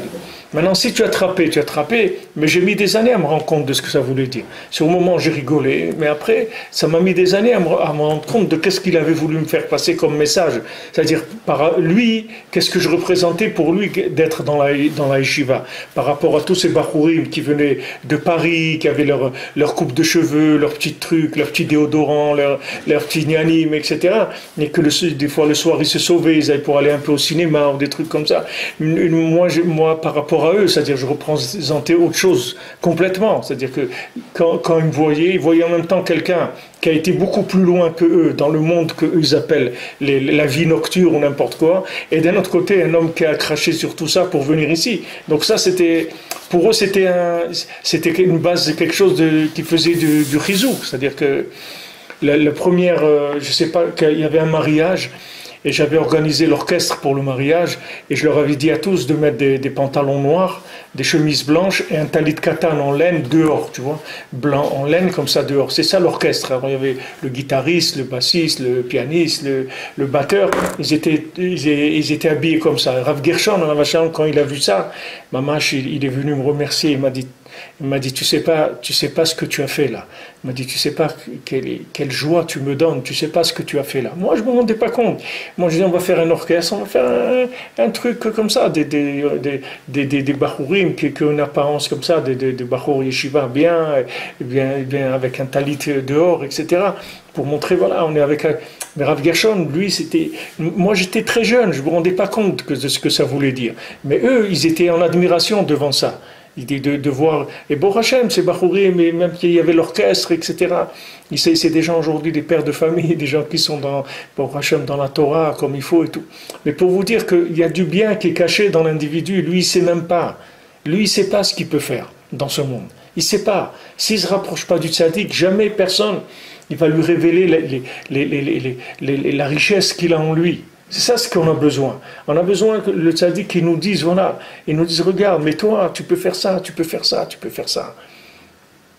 Mais il faut que tu l'entendes, et il faut que tu le sentes, et il faut que le tzaddik, en même temps, il te débarrasse de ta katnout, de tout ce qui t'empêche de grandir. Et en même temps, il te donne de l'énergie pour que tu puisses pousser. C'est-à-dire, tout ça, c'est le travail que le tzaddik fait. C'est pour ça qu'on a intérêt, dans notre intérêt, on a intérêt tous les jours quoi que tu choisisses dans ta vie, il faut savoir que tu peux arriver beaucoup plus loin, dans n'importe quoi où tu as choisi. Parce que Rabbeinu, il n'y a pas un booster comme Rabbeinu dans le monde, ça n'a jamais existé. Ça n'a jamais existé. Le Zohar, si vous avez le temps, regardez le Zohar sur la paracha, on a fait un petit peu ce matin, vous voyez, il parle là-bas de Aleph Yud Nun, Aleph Yud Nun, il dit Aleph, il y a le Aleph, le Yud et il y a le Nun. Aleph, c'est Abraham, Yud, c'est Yitzhak. Ça, je vous dis, là-bas, le Zohar, il ne dit pas Beferouche ça, mais il explique comme ça. C'est-à-dire, les explications qu'il donne, c'est ça ce que ça veut dire. C'est-à-dire, Abraham, c'est des chassadim. Abraham, c'est des chassadim, c'est-à-dire, c'est mamash, le fleuve d'Hachem qui coule dans le monde. Yitzhak, c'est la rigueur. Mais Yaakov, c'est lui le plus grand chidouche qu'il y a eu dans le monde. C'est le Nun, Yaakov. Yaakov, il représente le Nun. Parce qu'il explique là-bas tout un lien que le Nun, il est allongé, et après le Nun, il se plie. C'est-à-dire, quand tu plies le pied du Nun, ça devient un Nun plié. Et il y a le Nun de la fin qui est long, il y a le Nun plié.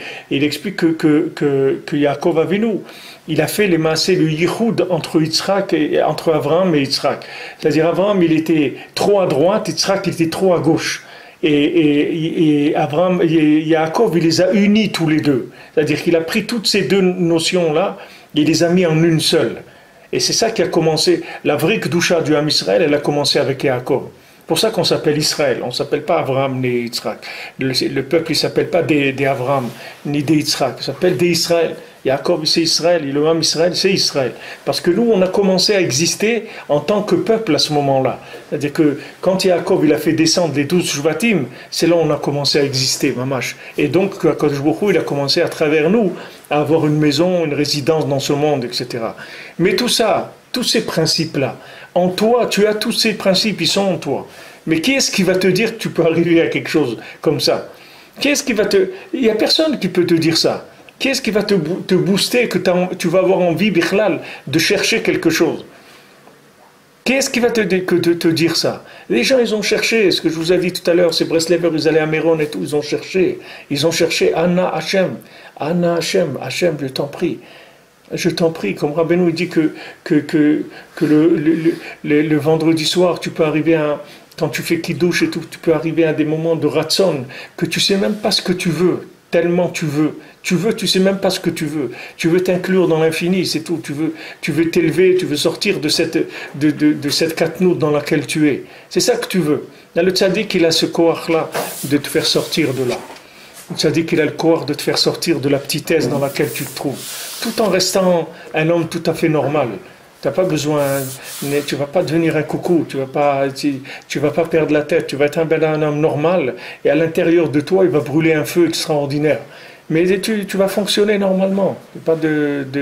Tu vas pas sortir des Gdarim. C'est ça qu'il a fait Yaakov. Baït, il a créé une maison, un foyer, il a construit une maison, des enfants, un troupeau, des trucs. Et c'était un homme qui fonctionnait dans ce monde tout à fait comme il faut.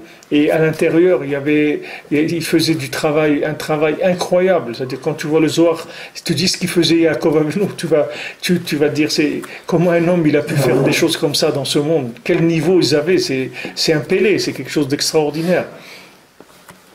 בבחינת בהשם על דבר בכלום על דבר, היינו בין בטיבו בין בעכו ימצא בו השם דבר. ובתורה יש נגלה ונסתר, נסתר ובחינת תורייתא דעתיקה סתימה, בחינת אהבה שבדעת. כי יש אהבה שבימים שהוא בזמן ומידות, ויש אהבה שהוא בדעת שהוא בחינת סתרי תורה, פנימיות התורה.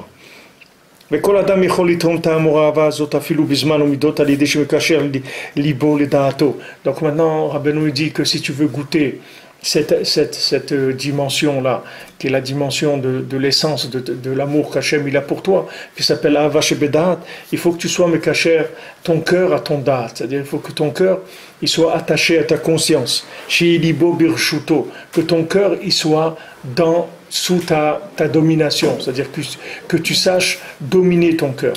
Il y a qu'on appelle Shrirut Lev, il y a celui qui fait ce qui lui bon lui chante, comme ce qu'on a dit en français, je fais ce qui bon me chante, ça me chante alors je le fais, ça s'appelle Shrirut, c'est-à-dire ce qui lui chante son cœur. Si un matin le cœur il lui chante j'ai reçu un mail tout à l'heure de venir passer quelques jours dans un hôtel kasher au Portugal, c'est-à-dire il y a une synagogue et il y a 5 minutes à pied il y a un hôtel kasher avec breakfast, etc.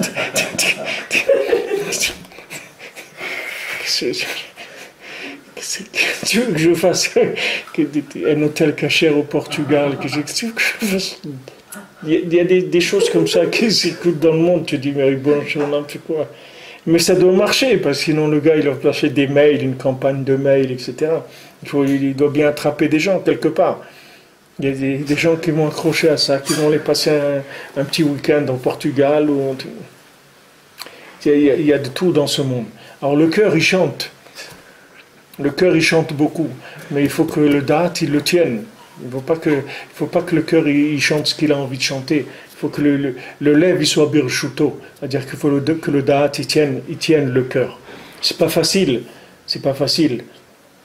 parce que quand on a l'esprit, le cerveau qui est atteint, qui est détruit par toutes les ta'avot de ce monde, c'est difficile de maîtriser le cœur, parce que on a été éduqué dans le contraire complètement. On a été éduqué que le cœur, il doit détruire les barrières qui sont mises par l'esprit. C'est ça l'éducation d'aujourd'hui. L'éducation d'aujourd'hui, il n'y a pas de barrière. Tu veux te marier avec une vache ou avec un truc, tu fais ce que tu veux. Surtout, il ne faut pas t'arrêter. Il faut jamais t'arrêter. Ne t'arrête jamais dans la folie. C'est ça aujourd'hui le truc. You feel it, do it. Tu le sens, alors vas-y, fais-le. C'est le contraire, maman, de la Torah. Maintenant, quand on a été éduqué là-dedans, à casser les barrières tout le temps, etc., c'est très difficile de revenir après dans un contexte comme ça. On nous demande de maîtriser le cœur. Que le cœur, il veut des choses, je dis, ok, on va étudier la question, on verra si on va le faire ou pas. Il dit, non, mais voilà, on veut... Attends. Rien que tu lui dis, attends, déjà, tu vas voir le cœur, il s'énerve, il saute dans tous les sens. Rien que tu lui dis, attends. Attends un petit peu, tu vas voir comment il saute. Il peut pas, le cœur, il veut tout de suite tout. Allez, ce qu'il veut, il le veut tout de suite. Dis-lui attends, tu vas voir que déjà il est déjà bien cassé quand tu lui dis attends. C'est très difficile d'apprendre de savoir se dire non. C'est pas évident. C'est un niveau d'arriver à se dire non. C'est-à-dire que tu tiens ton cœur, tu ne laisses pas faire ce qu'il veut.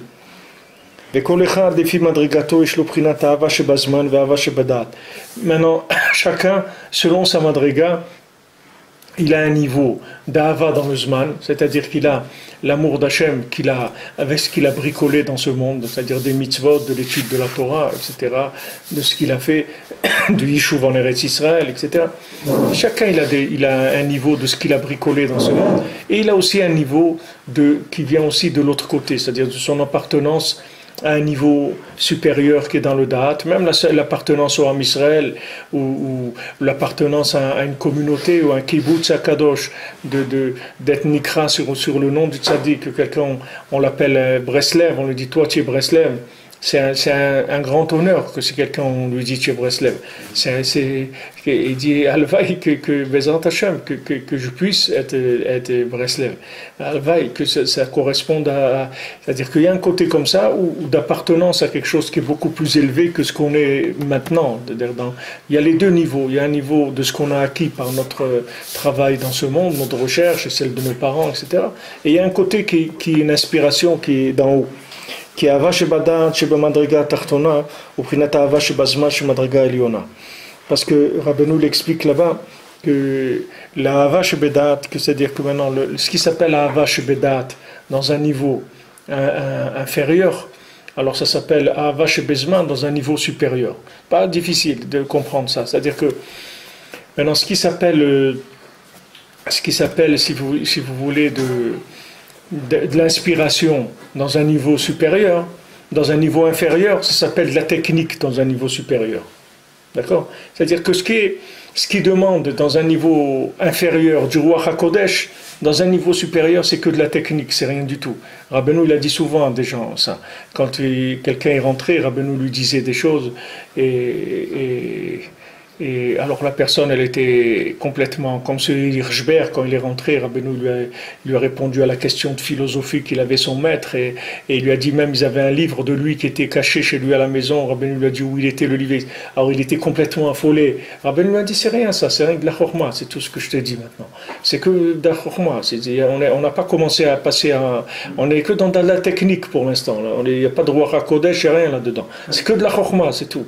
C'est-à-dire que ce qui est du Ruach HaKodesh d'un niveau, chez un autre, c'est de la chorma, c'est tout. C'est de la technique, c'est tout. C'est-à-dire, il y a chaque niveau, si tu veux, le plafond de là où je me trouve, c'est de la technique du niveau supérieur. C'est-à-dire, c'est juste le plancher. C'est du niveau inférieur, non? Hein? Supérieur. C'est-à-dire que quand tu montes, c'est-à-dire ce que de niveau tu es, ce que tu crois qui est quelque chose de transcendant, les masses, c'est de la technique, c'est tout. Quand on est là-haut aussi. En haut, c'est-à-dire tu prends ton voisin d'en haut, pour lui c'est de la technique. Et dans le judaïsme, tu sens beaucoup de fois ça. Et tu te trompes des fois parce que tu vois des gens que toi tu vis une chose par inspiration et ils le vivent par de la technique. Alors tu crois que le gars il est froid, qu'il n'a rien compris. Mais c'est pas vrai parce que son inspiration à lui, tu ne peux même pas la voir. C'est ce que je disais à quelqu'un une fois, quelqu'un est venu me voir ici à la Choule, il m'a dit, on parlait un Français qui avait découvert un des grands Hidushim de maintenant, il croyait qu'il avait trouvé, comme on dit, le mouton à 5 pattes. Alors il est venu pour essayer de me convaincre, mais il me dit, Abraham, mais t'as rien compris, regarde, tu sais maintenant il existe ça et tout, allez, il faut que tu avances, sors de tes trucs et tout. Alors je lui dis, regarde, Mazal Tov, je suis content pour toi que tu aies trouvé quelque chose de nifla et tout. Je te demande une seule chose, donne-moi un peu de crédit, c'est tout, que moi aussi j'ai des choses qui m'inspirent. Ne crois pas que je vis comme une vache, je suis en train de manger de la paille toute la journée, elle va.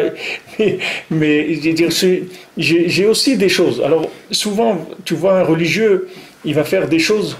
Alors tu crois que lui il est froid, il a rien compris et tout. C'est pas qu'il a rien compris. C'est que ce que tu fais toi par inspiration, lui il le fait par de la technique. Et son inspiration elle est à un autre niveau complètement. Quand tu arriveras là-bas, tu vas te rendre compte de ça. Qu'il y a des techniques, si tu veux, pour faire des choses, tu n'as pas besoin d'inspiration. C'est un niveau de technique, c'est-à-dire parce que tu passais à un niveau supérieur. Et dans ce niveau supérieur, l'inspiration, tu ne sais même pas ce que c'est. Tu ne peux pas imaginer l'inspiration qu'il a l'autre. Et souvent, on se trompe là-dedans. Parce qu'on croit que la personne, elle fait pas avec cœur et tout, mais c'est de la technique pour lui, c'est rien du tout. C'est pas quelque chose de transcendant. Pour toi, c'est transcendant, ça a l'air du Ruach HaKodesh, mais pour lui, c'est rien. Mais des fois, on est bloqué là. Des fois, on est bloqué. Non, on est dans entre niveaux comme ça. Ben, on n'a pas l'inspiration et c'est on de, est resté à la technique. là, c'est ce qu'on a. Non, la technique, tu as toujours une technique. Tu as toujours tes pieds sont posés par terre. C'est-à-dire tes pieds marchent par terre. Mais on va voir, parce que tout ça, c'est le lien que etc. Que le Ner Hanouka, il va descendre jusqu'à que les pieds ne sont plus dans le chouk. Tout ça, c'est tout ce que Rabbi Nathan il pose là. Pour l'instant, on n'a fait que poser comment on appelle, la trame de la Torah. C'est tout. Après, il va rentrer dans Hanouka. Mais la question que tu demandes, c'est, on a tous les pieds quelque part. C'est-à-dire, tous on a un niveau de technique. Seulement, des fois on veut passer à un autre niveau et on croit qu'on n'a rien du tout. Mais c'est pas vrai. Chacun il a un niveau de technique. C'est-à-dire, il y a des choses qui sont acquises pour lui. C'est-à-dire que c'est du fonctionnement. C'est pas, il n'a pas besoin d'une révélation du Ruach HaKodesh pour aller faire cette fila à la synagogue le matin. Mais il y a des gens que s'ils n'ont pas un rêve ou un truc, ils ne vont pas aller à la synagogue le matin. C'est-à-dire, pour qu'il aille à la synagogue, il faut qu'il rêve de Rabbi Shimon Bar Yochai et des trucs et tout. Alors il va savoir le truc, il va pouvoir aller. Alors après, il demande aux gens, tu as rêvé toi? Il dit non. Et il dit, mais regarde ces gens, c'est bidon, ils rêvent même pas de Rabbi Shimon et tout. Mais il dit, mais lui quand il rêve de Rabbi Shimon, c'est sur autre chose, c'est pas sur ça.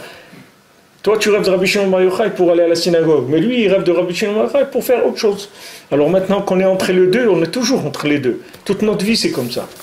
On a toujours un côté technique, et on a un côté d'inspiration, là où on se trouve. C'est-à-dire, ça s'appelle ça Avash Bemidot, Avash Bedat. Je vous traduis dans un langage qui soit plus palpable, c'est tout. Aleph, alors maintenant on va commencer, Be'ezrat Hashem, à parler de Hanouka.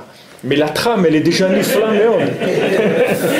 Non, la trame elle-même, elle est nifla meod. C'est-à-dire que cette trame qu'il a posée, regardez comment elle est nifla. C'est quelque chose de merveilleux, la trame qu'il a mis maintenant Rabbi Nathan. C'est quelque chose de nifla. Vezeprinat Hanouka, shemitzvata beshemen ladik ne Hanouka. Donc ça, c'est Hanouka. Que c'est la mitzvah avec de l'huile, d'allumer des bougies de Hanouka. Qui b'emei Matatiyahu gavra malchut yavan rasha, alamcha Israël ashkicham toratcha, le aviram al chuker etzonecha. Parce qu'à l'époque de Matityahu, il y a eu la domination du pouvoir des Grecs qui ont voulu faire oublier la Torah et transgresser la Torah au Ham Israël. Ils ont voulu annuler le Ham Israël toute la Torah. Le miracle s'est fait par le Kohen Gadol,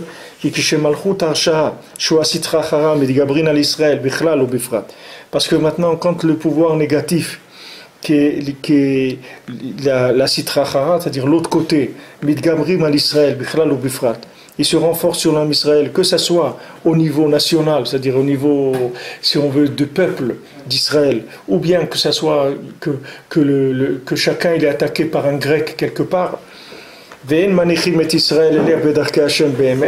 On ne laisse pas le Ham Israël aller dans les chemins d'Hachem véritablement.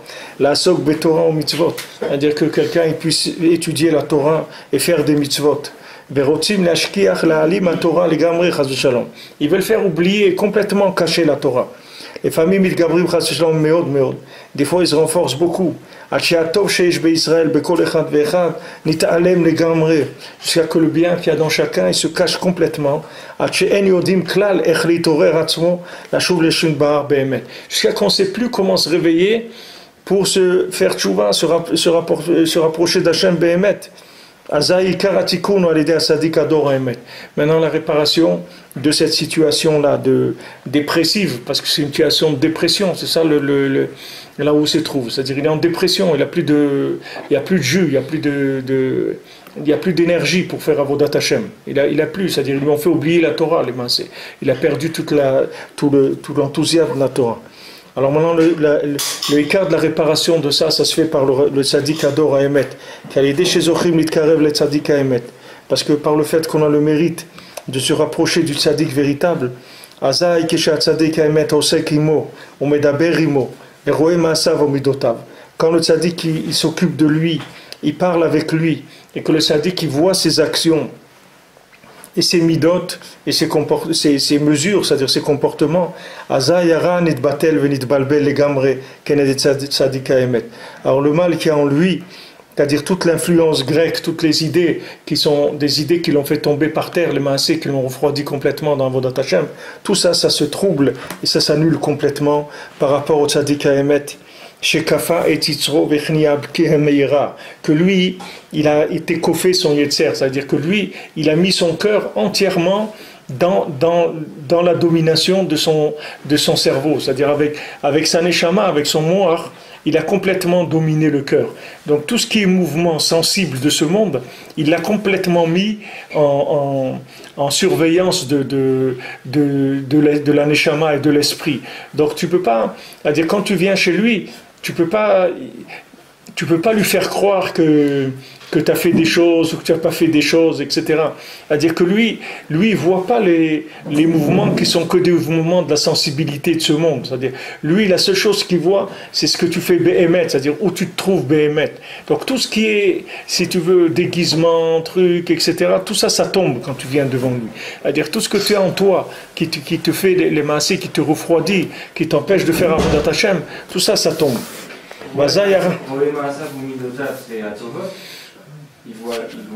Aussi, il voit tout. Oui, il voit tout, il voit exactement où il en est. C'est comme un scanner, il voit tout ce qu'il y a. Quand tu fais un scan, en général, il ne va pas te parler que de ce qui est bien, il va te parler de là où il y a un problème. Mais en tout cas, le tzaddik, il te scanne complètement, c'est-à-dire il te voit. Mais le lien, c'est pas que, parce que Maz et Méchané qu'on voit, c'est-à-dire qu'il te voit, qu'est-ce que ça va te changer? C'est pas que le lien qui te voit, c'est que le bien absolu qui est en lui, il voit le relatif qui est en toi. Et ça va débarrasser, si tu veux, le bien relatif de l'influence négative qu'il a eue. Parce que comme le bien que tu as chez toi, il est dans un degré relatif, même le bien que tu as, par rapport au tzaddik, c'est un degré relatif. Alors maintenant, quand c'est un degré relatif, il est influençable, si tu veux. Tu as pu investir le bien dans quelque chose, tu t'es trompé. Tu as pu avoir une avéra, tu croyais que c'était une mitzvah. Toi, tu le fais. Tu crois que c'est une mitzvah, et le maasé, c'est une avéra, c'est pas une mitzvah. Mais toi, tu sais pas, parce que tu es dans le relatif. Donc, tu t'es fait avoir par des présentations, des déguisements, etc. Donc ça, quand tu viens chez lui, ça tombe, tout ça. Tout ça, ça part. Par le fait que lui, il regarde ça. C'est-à-dire le fait que lui, il a lui, il a un vache vedat, et lui, avec ça, si tu veux, il remet le bien à sa place. Il replace les choses.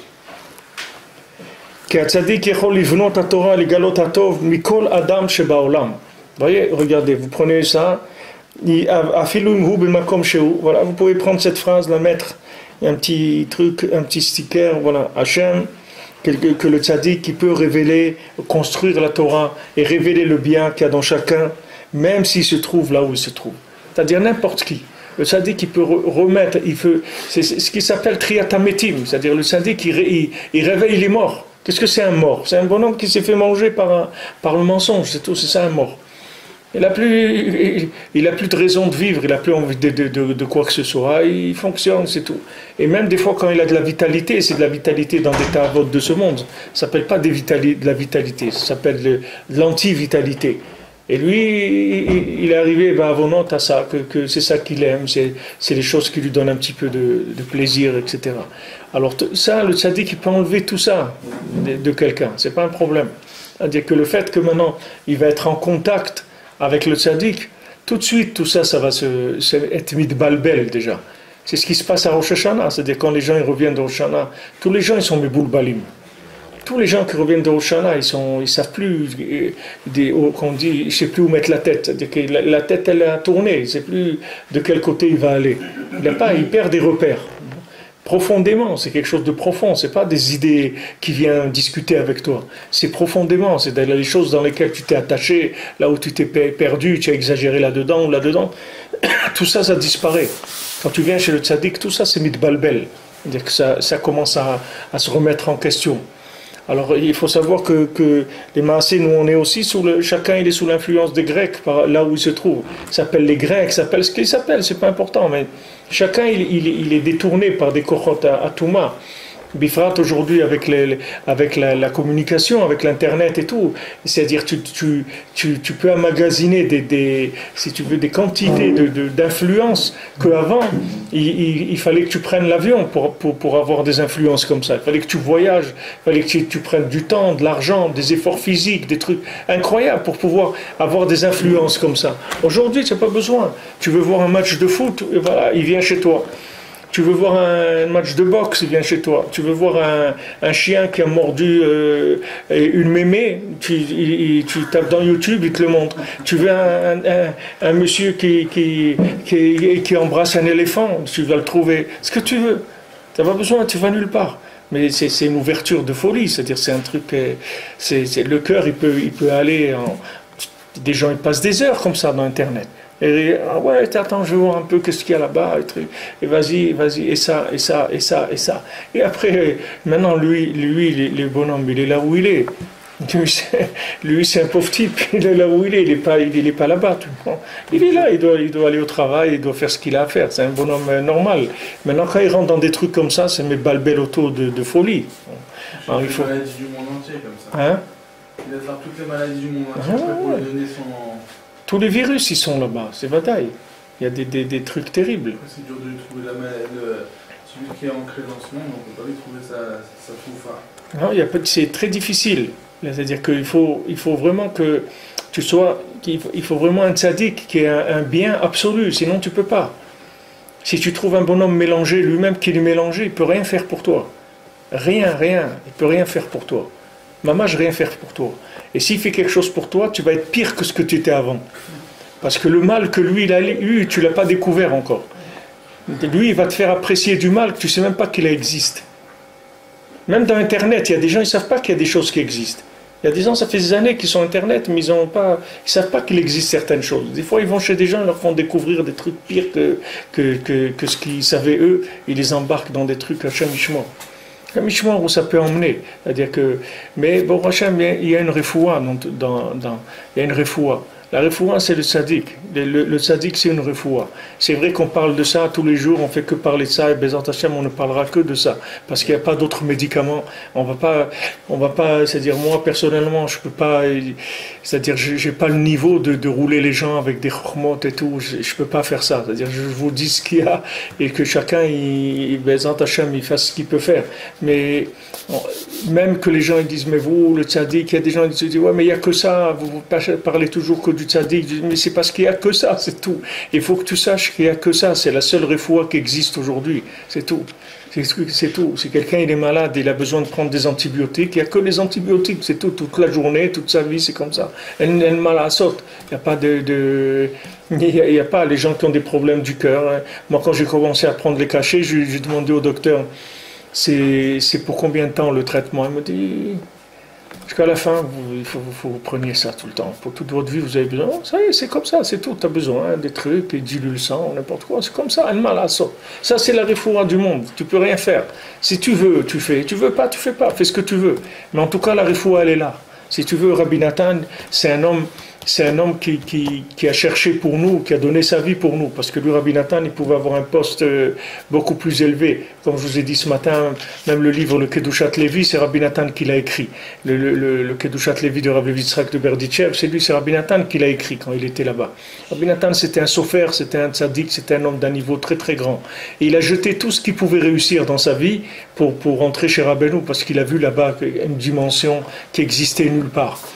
Que nous, c'est un mérite qu'on voit que quelqu'un il l'a vu, c'est déjà extraordinaire. C'est-à-dire même si toi tu vois pas, mais si tu vois que quelqu'un en qui tu peux faire confiance, lui il a vu, c'est Nifla Meod, c'est déjà extraordinaire parce que ça donne un repère. Alors c'est ce qu'il dit ici, voilà, le tzaddik qui chol livnot ta Torah ou les galot atov, il peut construire la Torah et révéler le bien, mikol adam shebaolam, de tout individu qui est sur terre. Il n'y a personne, n'importe quel individu sur terre, il faut savoir qu'il a une solution. C'est pour ça qu'au début tu dis un shumiush baolam klal, parce qu'il n'y a personne qui peut échapper à ça. S'il veut un médicament, il est là, il existe. il n'y a pas de problème. Il faut juste l'amener là, c'est tout. Il faut l'amener à cette chose-là, c'est tout. Même si quelqu'un dit, ouais, moi tu sais pas où je suis et tout, dit, c'est pas important. Là où tu te trouves, c'est-à-dire que le tzaddik, il a une force de te sortir de là où tu te trouves, il n'y a pas de problème. Juste, viens, c'est tout, viens chez lui. Ça, c'était le grand miracle de Hanouka. Chez Malchut Rasha, Chashva, Shalidi, Shidgabro, l'Israël, Levatlam, et Torah, Mitzvot, et Dizen, Laem, Tkuma, Shalom. Ils ont cru que maintenant, par le fait qu'ils vont essayer d'annuler la Torah et les Mitzvot dans le Ham Israël, ils ne vont pas laisser faire Torah et Mitzvot, ils vont dire qu'avec ça, ça y est, ils ne vont plus pouvoir se relever le Ham Israël. Puisque toute notre vitalité, toute notre force, elle vient que de la Torah et des Mitzvot, d'où on va tirer notre force. C'est que de la Torah et des Mitzvot. אבל השם יתברך הפליא חסדו עמנו ושלח לנו אז מתתיהו כהן גדול.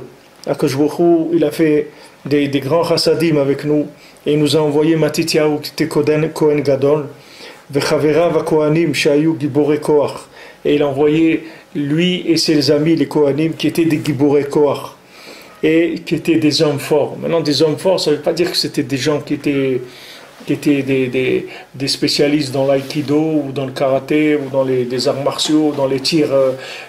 C'est pas ça la gvoura qu'ils avaient. Ou gvouratam aya min hakdusha, c'est-à-dire leur force, elle venait de la gdusha.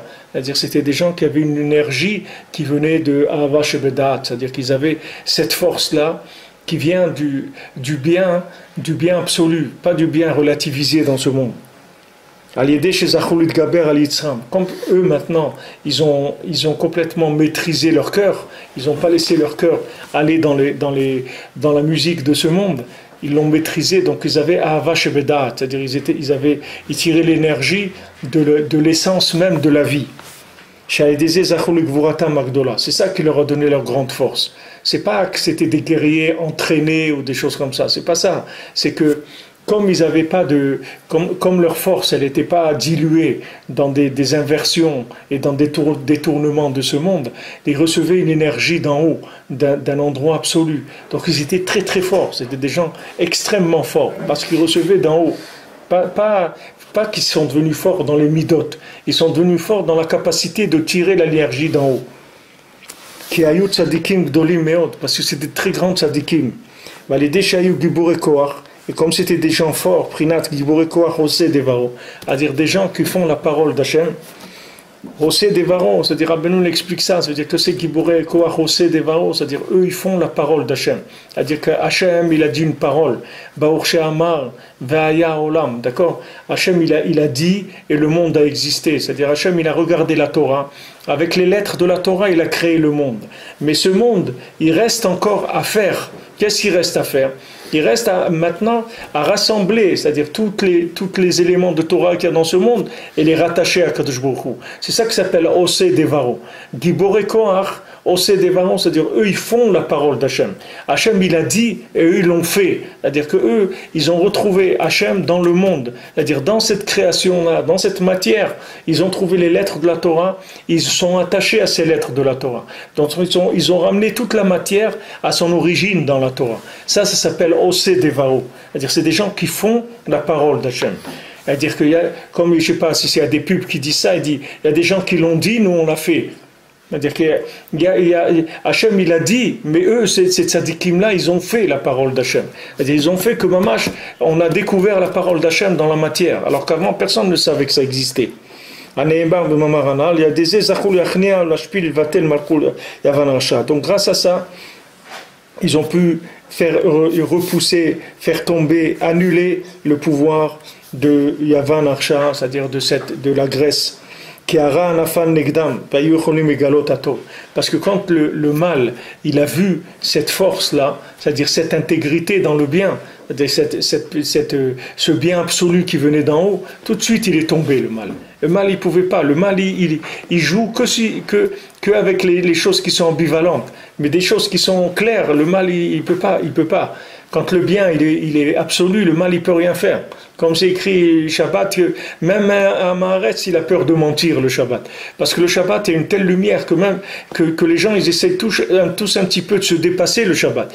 Il n'y a personne qui reste au même niveau que la semaine, parce que le Shabbat, ça lui donne une conscience qu'il y a des choses qu'il ferait dans la semaine. Il ne va pas le faire le Shabbat, parce que sa conscience elle est augmentée. Il reçoit une Neshama Yetera, un surplus d'âme. Dainu à Torah. C'est-à-dire qu'ils peuvent révéler, le mal il est tombé, ils ont révélé le bien, c'est-à-dire la Torah. Ah, Bisman Israël, Betelim min Torah va mitzvot. Le chidouche, c'est que même quand maintenant, ils ne pouvaient pas faire Torah et mitzvot parce qu'ils leur ont interdit, ils sont arrivés à révéler la Torah. Ils ont montré que même maintenant, quand tu crois qu'il n'y a pas de Torah, eh ben sache que là aussi il y a de la Torah. Ne crois pas parce que tu m'as empêché de mettre les tefilines que je ne vais pas mettre les tefilines. Comme Rabbeinu, il a dit que même s'il se trouvait dans un endroit où il n'y a pas de tefilines, il peut mettre les tefilines quand même. Même s'il n'y a pas de tefilines, il peut mettre les tefilines. C'est-à-dire que maintenant, si tu te trouves dans une situation où le Yetzirah, il a tellement cassé la personne qu'elle arrive à rien faire, il faut que tu saches que là-bas, où tu peux rien faire, il y a une Torah. Et que cette Torah-là, le tzaddik, il peut la révéler, cette Torah. Donc toujours, il te branchera sur la Torah. Même dans des endroits où tu crois qu'il n'y a pas de Torah du tout, là-bas aussi, il y a de la Torah. Il y en a partout de la Torah. Seulement, il faut un spécialiste pour la révéler. C'est-à-dire, il faut du bien absolu. Quand tu vois que le bien absolu, il s'approche, si tu veux, d'un bien très relativisé qui s'est caché dans la matière presque complètement. Alors toi, quand tu vois la matière, tu ne peux pas imaginer. Tu dis, mais comment il y a du bien ici? C'est pas possible. C'est impossible de voir le bien qu'il y a là. Tu vas voir qu'il y a du bien. Quand le tzaddik va s'approcher de là, tu vas voir qu'il y a du bien. Quand tu viens au Mana Hoshana, tu vois des gens, tu dis, Baruch Hashem yesh tikva, que Bezrat Hashem, il y a de l'espoir, comme on dit. Il y a de l'espoir. Quand tu vois des jeunes, des gens qui viennent, qui sont mamash, qui sont fous de nerfs, de révolte, de trucs, et tu vois, ils viennent chez le Rebbe comme ça, et comment ils aiment le Rebbe, comment ils s'attachent à Rabbeinu, comment ils font des... Une fois, j'étais un Shabbat à Ouman, comme ça, dans l'année, et il y avait des jeunes comme ça, des jeunes très, très abîmés, que tu vois, des jeunes abîmés qui sont dans les drogues, les trucs comme ça. Et le Shabbat matin, comme ça, après la tefila, ils ont commencé à faire Tikkun HaKlali. Et comme ça, je les entendais comment ils chantaient. Ils étaient tellement heureux de faire ce Tikkun HaKlali. Ils ont fait une fois, ils ont fait 2 fois, ils ont fait 3 fois, ils ont fait 4 fois, fait 5 fois, ils ont fait 6 fois Tikkun HaKlali comme ça en chantant, avec une joie extraordinaire. Mais qui est-ce qui peut faire ça dans le monde? Qui est-ce que ces gens-là, tu ne peux pas les ramasser, même pas... Rien, tu ne peux pas parler avec eux, Bichlal. Tu ne peux même pas t'approcher d'eux, un regard, tu fais un regard de travers, il peut te sortir un couteau. Tu peux pas t'approcher d'eux, Bichlal. Et le Rebbe, il les prend, il les tourne complètement. Complètement. Tu ne sais pas comment il fait, parce que voilà comment ça marche. Parce que c'est Giboré Kohar, c'est-à-dire c'est une force très très grande qui révèle la Torah dans des endroits où tu crois qu'il n'y en a pas. Toi, tu crois qu'il n'y en a pas. Toi, tu vois quelqu'un, tu dis, celui-là, bon, il n'y a rien à faire sur lui, tu fais Kaddish et c'est tout. Hein, tu l'oublies, parce que rien. Rabbi nous dit, amène-le, tu vas voir. Mais celui-là, c'est un tzaddik, je vais te le faire un tzaddik de celui-là. Amène-le, c'est tout, amène-le chez moi, tu vas voir. Moi, j'ai vu ça au Oman, j'ai vu des gens, des gens mais détruits, c'est-à-dire les bas-fonds de ce monde. Et aujourd'hui, Baruch Hashem, c'est des pères de famille, ils ont 4 enfants, ils sont installés, ils sont honnêtes, ils travaillent, ils ont des gens extraordinaires. Tu vois que le Rebbe, qu'est-ce qu'il fait des gens, tu dis, c'est un pélé, c'est extraordinaire. Alors ça, c'est ça le lien de Yevanim. Ils sont venus, ils ont dit, ok, non, vous enlevez la Torah, la galoute, elle va tout enlever, tu vas voir. La galoute, elle t'enlève ça, elle ne peut pas t'enlever la Torah, parce que la Torah, elle est partout. La Torah, elle est kadma, la olam. Tu ne peux pas l'enlever, parce que si tu vois qu'il existe quelque chose, ça veut dire qu'il y a de la Torah en dessous. Dans cette chose-là, il n'y a aucune chose où il n'y a pas de Torah. Ça n'existe pas. S'il y a une chose où il n'y a pas de Torah, ça n'existe pas. Il n'y a pas de création. La création, c'est faite par la Torah. Donc tu ne peux pas dire, là, il n'y a pas de Torah. Rabbeinu, il te dit, tu ne peux pas dire maintenant que je me trouve à Rome, et dans Rome, il n'y a pas de Torah. Dans Rome, il y a de la Torah. Seulement, il faut que tu prennes cet endroit-là, que tu le connectes sur Matityahu à Cohen, et les Kohanim, et tu vas voir tout de suite que la Torah qui est là-bas, elle va sortir. Tout de suite, elle va sortir. Le tzaddik, c'est en troufa Kodemet la Maka, ou bien c'est quand il voit la Maka, alors il dévoile la Torah. Il n'a pas la solution il a besoin de cette situation-là pour dévoiler la Torah. Lui, non, c'est en potentiel chez lui, non. C'est pas dévoilé. Il y a deux niveaux. Il y a le niveau de l'entretien. Il y a l'entretien et il y a l'échange standard. Tu comprends? Il te fait tout, le tzaddik. Le tzaddik, en même temps, il te fait l'entretien dans le bien qui est déjà là. Quand il y a du bien, c'est-à-dire même s'il n'y a pas les Grecs, même s'il y a des gens, Baruch Hashem, ils sont dans la Torah, ils étudient la Torah toute la journée, etc. Alors je te dis, le tzaddik, il te fait sortir de là, t'augmente ton niveau de Torah. Il t'aide à augmenter ton niveau de Torah. Et si tu n'en as pas du tout, alors il va te montrer que Béhémet, il y a de la Torah là où tu te trouves. La question c'est, est-ce que le tzaddik il a besoin de là pour dévoiler la Torah, ou bien lui il a déjà la Torah et il va là-bas comme un médecin qui a déjà son diplôme. Le tzaddik, lui, il a la Torah, mais le tzaddik, il a besoin. C'est-à-dire que maintenant, tu viens, tu dis que tu as un médicament, ok. Mais s'il n'y a pas de malade, qui est-ce qui va croire que c'est un médicament? Attends maintenant que quelqu'un va tomber malade et on va voir que c'est un médicament. C'est-à-dire que le médicament, c'est un médicament. Mais s'il n'y a pas de malade, à quoi il sert ce médicament? Il ne sert à rien. C'est-à-dire, le Rabbeinu, il a dit, moi, toute la Torah que j'ai, de là où je l'amène, c'est que pour aider un juif, c'est tout. Sinon, qu'est-ce que j'ai à faire de tout ça? Même les sagotes de Rabbeinu, d'écouter Moran, de Sipurim Asiot. Si maintenant, avec ça, il n'a pas fait sortir un juif de la galoute, à quoi ça sert? Ok, c'est beau. On n'est pas là pour ce qui est beau. On est là pour que ça marche, tu comprends? Le tzaddik, c'est pas qu'il a besoin. Le tzaddik, son travail, c'est ça. Et la seule raison pourquoi il a été chercher de la Torah, c'est vrai que pour soigner les gens, c'est tout. C'est pas pour autre chose. Lui, il n'a pas besoin de ces niveaux-là de Nistar. Il n'a pas besoin d'aller chercher des grands niveaux de Torah. Lui, là où il va, il trouve Hachem, il s'attache à lui. Il n'a pas besoin de toutes ces assagotes-là. Toutes les assagotes, c'est pour soigner les gens. C'est pour ça. Il a dit Rabbeinu, il a dit sans moi, vous ne pouvez rien faire, et sans vous, je ne peux rien faire non plus. C'est-à-dire, il y a les deux. Il y a les deux qui sont liés. C'est-à-dire même ici, tu prends Matithia au Kohen Gadol, où il a prouvé son niveau. C'est avec le problème qu'il y a eu. C'est là où il a mis en place la refoua. Sinon, tu n'aurais pas jamais su qu'il avait ces cochotes là. C'est Bégalé le tzaddik en même temps. Bégalé et puis Bégalé. Et plus lui mitgalé, et plus après, il descend encore plus bas. Parce qu'une fois qu'on a vu que le tzaddik il a soigné ces gens-là, maintenant ces gens-là, c'est des agents infiltrés dans la clipa, tu comprends? C'est des agents qui sont infiltrés dans la clipa, les gens qui se rapprochent de Rabbeinu. C'est des gens qui sont des agents de renseignement, tu comprends? Ils rentrent dans la clipa et ils attrapent les gens. Quand Rabbeinu il dit, moi je m'occupe pas de tout le monde, je m'occupe du pire qu'il y a dans le groupe, c'est tout. Je le prends celui-là. Après le groupe entier il vient. Pas besoin de s'occuper de tout le monde. Il prend le noyau, où il est le chef. Et celui-là, il dit viens me voir. Il l'attrape à lui, après tous les autres, ils viennent. C'est pour ça, en général, tous les gens qui se sont rapprochés de Breslev au début, c'est pas les gens, je parle pas des gens qui étaient à Ouman ou des tzadikim et tout, mais nous, dans les milieux de Bali Tchouva, en général, c'est les gens les plus abîmés qu'il y avait dans la région. C'est eux que Rabbeinu l'a rapproché. Après les autres, ils se sont rapprochés.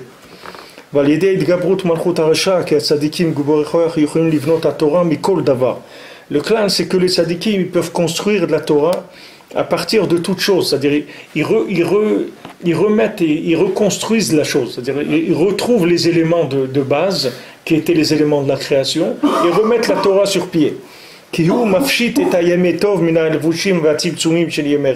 Parce que donc, qu'est-ce qu'il fait? Il débarrasse les jours de bien du mal qui s'est mis sur eux, que ce soit un déguisement ou un affaiblissement, c'est la même chose. C'est-à-dire que il y a un niveau où Mamash il fait révéler le bien, c'est-à-dire quelqu'un il ne savait pas. Et il y a autre chose, c'est l'affaiblissement. C'est-à-dire lui croyait qu'il avait ce niveau de bien, alors qu'il a un autre niveau de bien, beaucoup plus grand. Ça aussi, lui il ne savait pas. Alors soit il va accélérer celui qui est déjà dedans, soit il va révéler à quelqu'un que Bichlal il est à côté complètement, il va lui montrer un nouveau chemin dans Avodat Hashem. Donc par le fait que maintenant le tzaddik, lui, il a complètement dominé les jours de mal, c'est-à-dire toutes les influences, c'est-à-dire tous les systèmes d'influence négatifs, il les a. Comment Rabbi Nachman il a pu nous sortir? C'est-à-dire quand tu vois en arrière, quand tu vois des gens qui sont revenus de la clipa, de n'importe où, quelqu'un où il était, comment quelqu'un il peut sortir d'un système comme ça? Normalement, tu ne peux pas sortir. C'est des systèmes qui sont faits qu'il n'y a personne qui sort de ces endroits-là. C'est-à-dire, logiquement, tu ne peux pas sortir. C'est-à-dire, en te battant avec le système, jamais tu pourras sortir de là. S'il n'y a pas quelqu'un qui vient te chercher avec une énergie complètement nouvelle, tu ne peux pas sortir, c'est impossible de sortir. Regarde, essaye de sortir des gens, toi. Va parler avec des gens, essaye de les sortir, tu vas voir. Tu peux pas les sortir. Des gens, il y a des gens que tu aimes, tu voudrais les sortir, tu peux pas. Tu peux pas, en parlant avec eux, Stam, tu peux pas les sortir. Maintenant, au lieu de parler avec eux, mets-les en contact avec le tzaddik, c'est tout. Mets-les en contact avec le tzaddik. Toi, ne t'occupe pas de rien du tout. Toi, fais le contact, c'est tout, avec le tzaddik. Après, quand le tzaddik il va rentrer dans leur vie, ça va les changer complètement. Pas besoin il y a des gens que tu vas voir que en luttant avec leurs armes à eux, leurs arguments, tu peux rien faire pour eux. Mamage, rien. Et pourtant, ils sont gentils, ils sont bien, et tu vois même qu'ils sont mieux que toi. Tu le vois. Tu parles avec des gens, tu veux voir, mamage, c'est des tzadikim, tu vois qu'ils sont mieux que toi. Et tu ne peux pas les aider à sortir de là où ils sont. Tu ne peux pas les aider, tu ne peux rien faire. La seule chose que tu peux faire, c'est les mettre en contact avec Matityahu Kohen Gadol. Tu ne peux rien faire. Et s'il ne veut pas? Hein? Et s'il refuse d'être en contact avec lui, on fait quoi? S'il ne veut pas, ouais. Il n'y a pas qui ne veut pas. Il faut que tu fasses ce qu'il veuille, c'est tout. Offre-lui des chocolats, des bonbons, des glaces, des trucs, jusqu'à qu'il veuille. Offre-lui un billet pour aller à Ouman, offre-lui un billet pour venir à Jérusalem, offre-lui... tu dis voilà, j'ai un truc et tout, il y a une promotion, un truc, voilà, je t'offre un billet, tu peux tout payer, tout frais payer et tout, tu vas passer un week-end à Ouman. Tu lui offres, c'est tout. Tu fais ce que tu peux. Tu fais ce que tu peux. S'il ne veut pas, tu vas le faire vouloir. Il y a des moyens pour faire vouloir, parce que c'est aussi, ça n'existe pas quelqu'un qui ne veut pas. Si quelqu'un il vit, il marche sur deux pieds, ça veut dire qu'il veut. Sinon il meurt.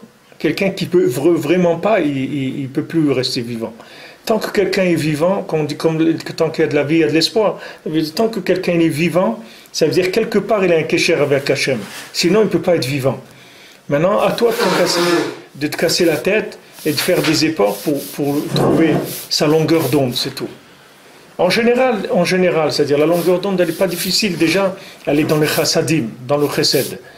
C'est-à-dire avec le chesed, déjà tu accroches la personne, tu l'attaches, tu vois. Le chesed, c'est attachant, tu comprends? Comme tu dis, je me suis attaché, etc. Le chesed, ça attache les gens. Alors tu fais du chesed, c'est tout.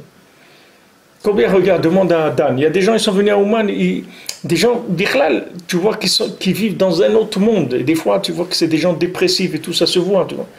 Et quand ils sont venus à Ouman, ils ont passé un Shabbat avec nous et tout. Ils disaient, mais moi, je vais revenir tout le temps avec vous, là. Dites-moi quand c'est le prochain. Moi, je viens tout le temps, moi. Je ne savais pas que ça existait, Bichlal.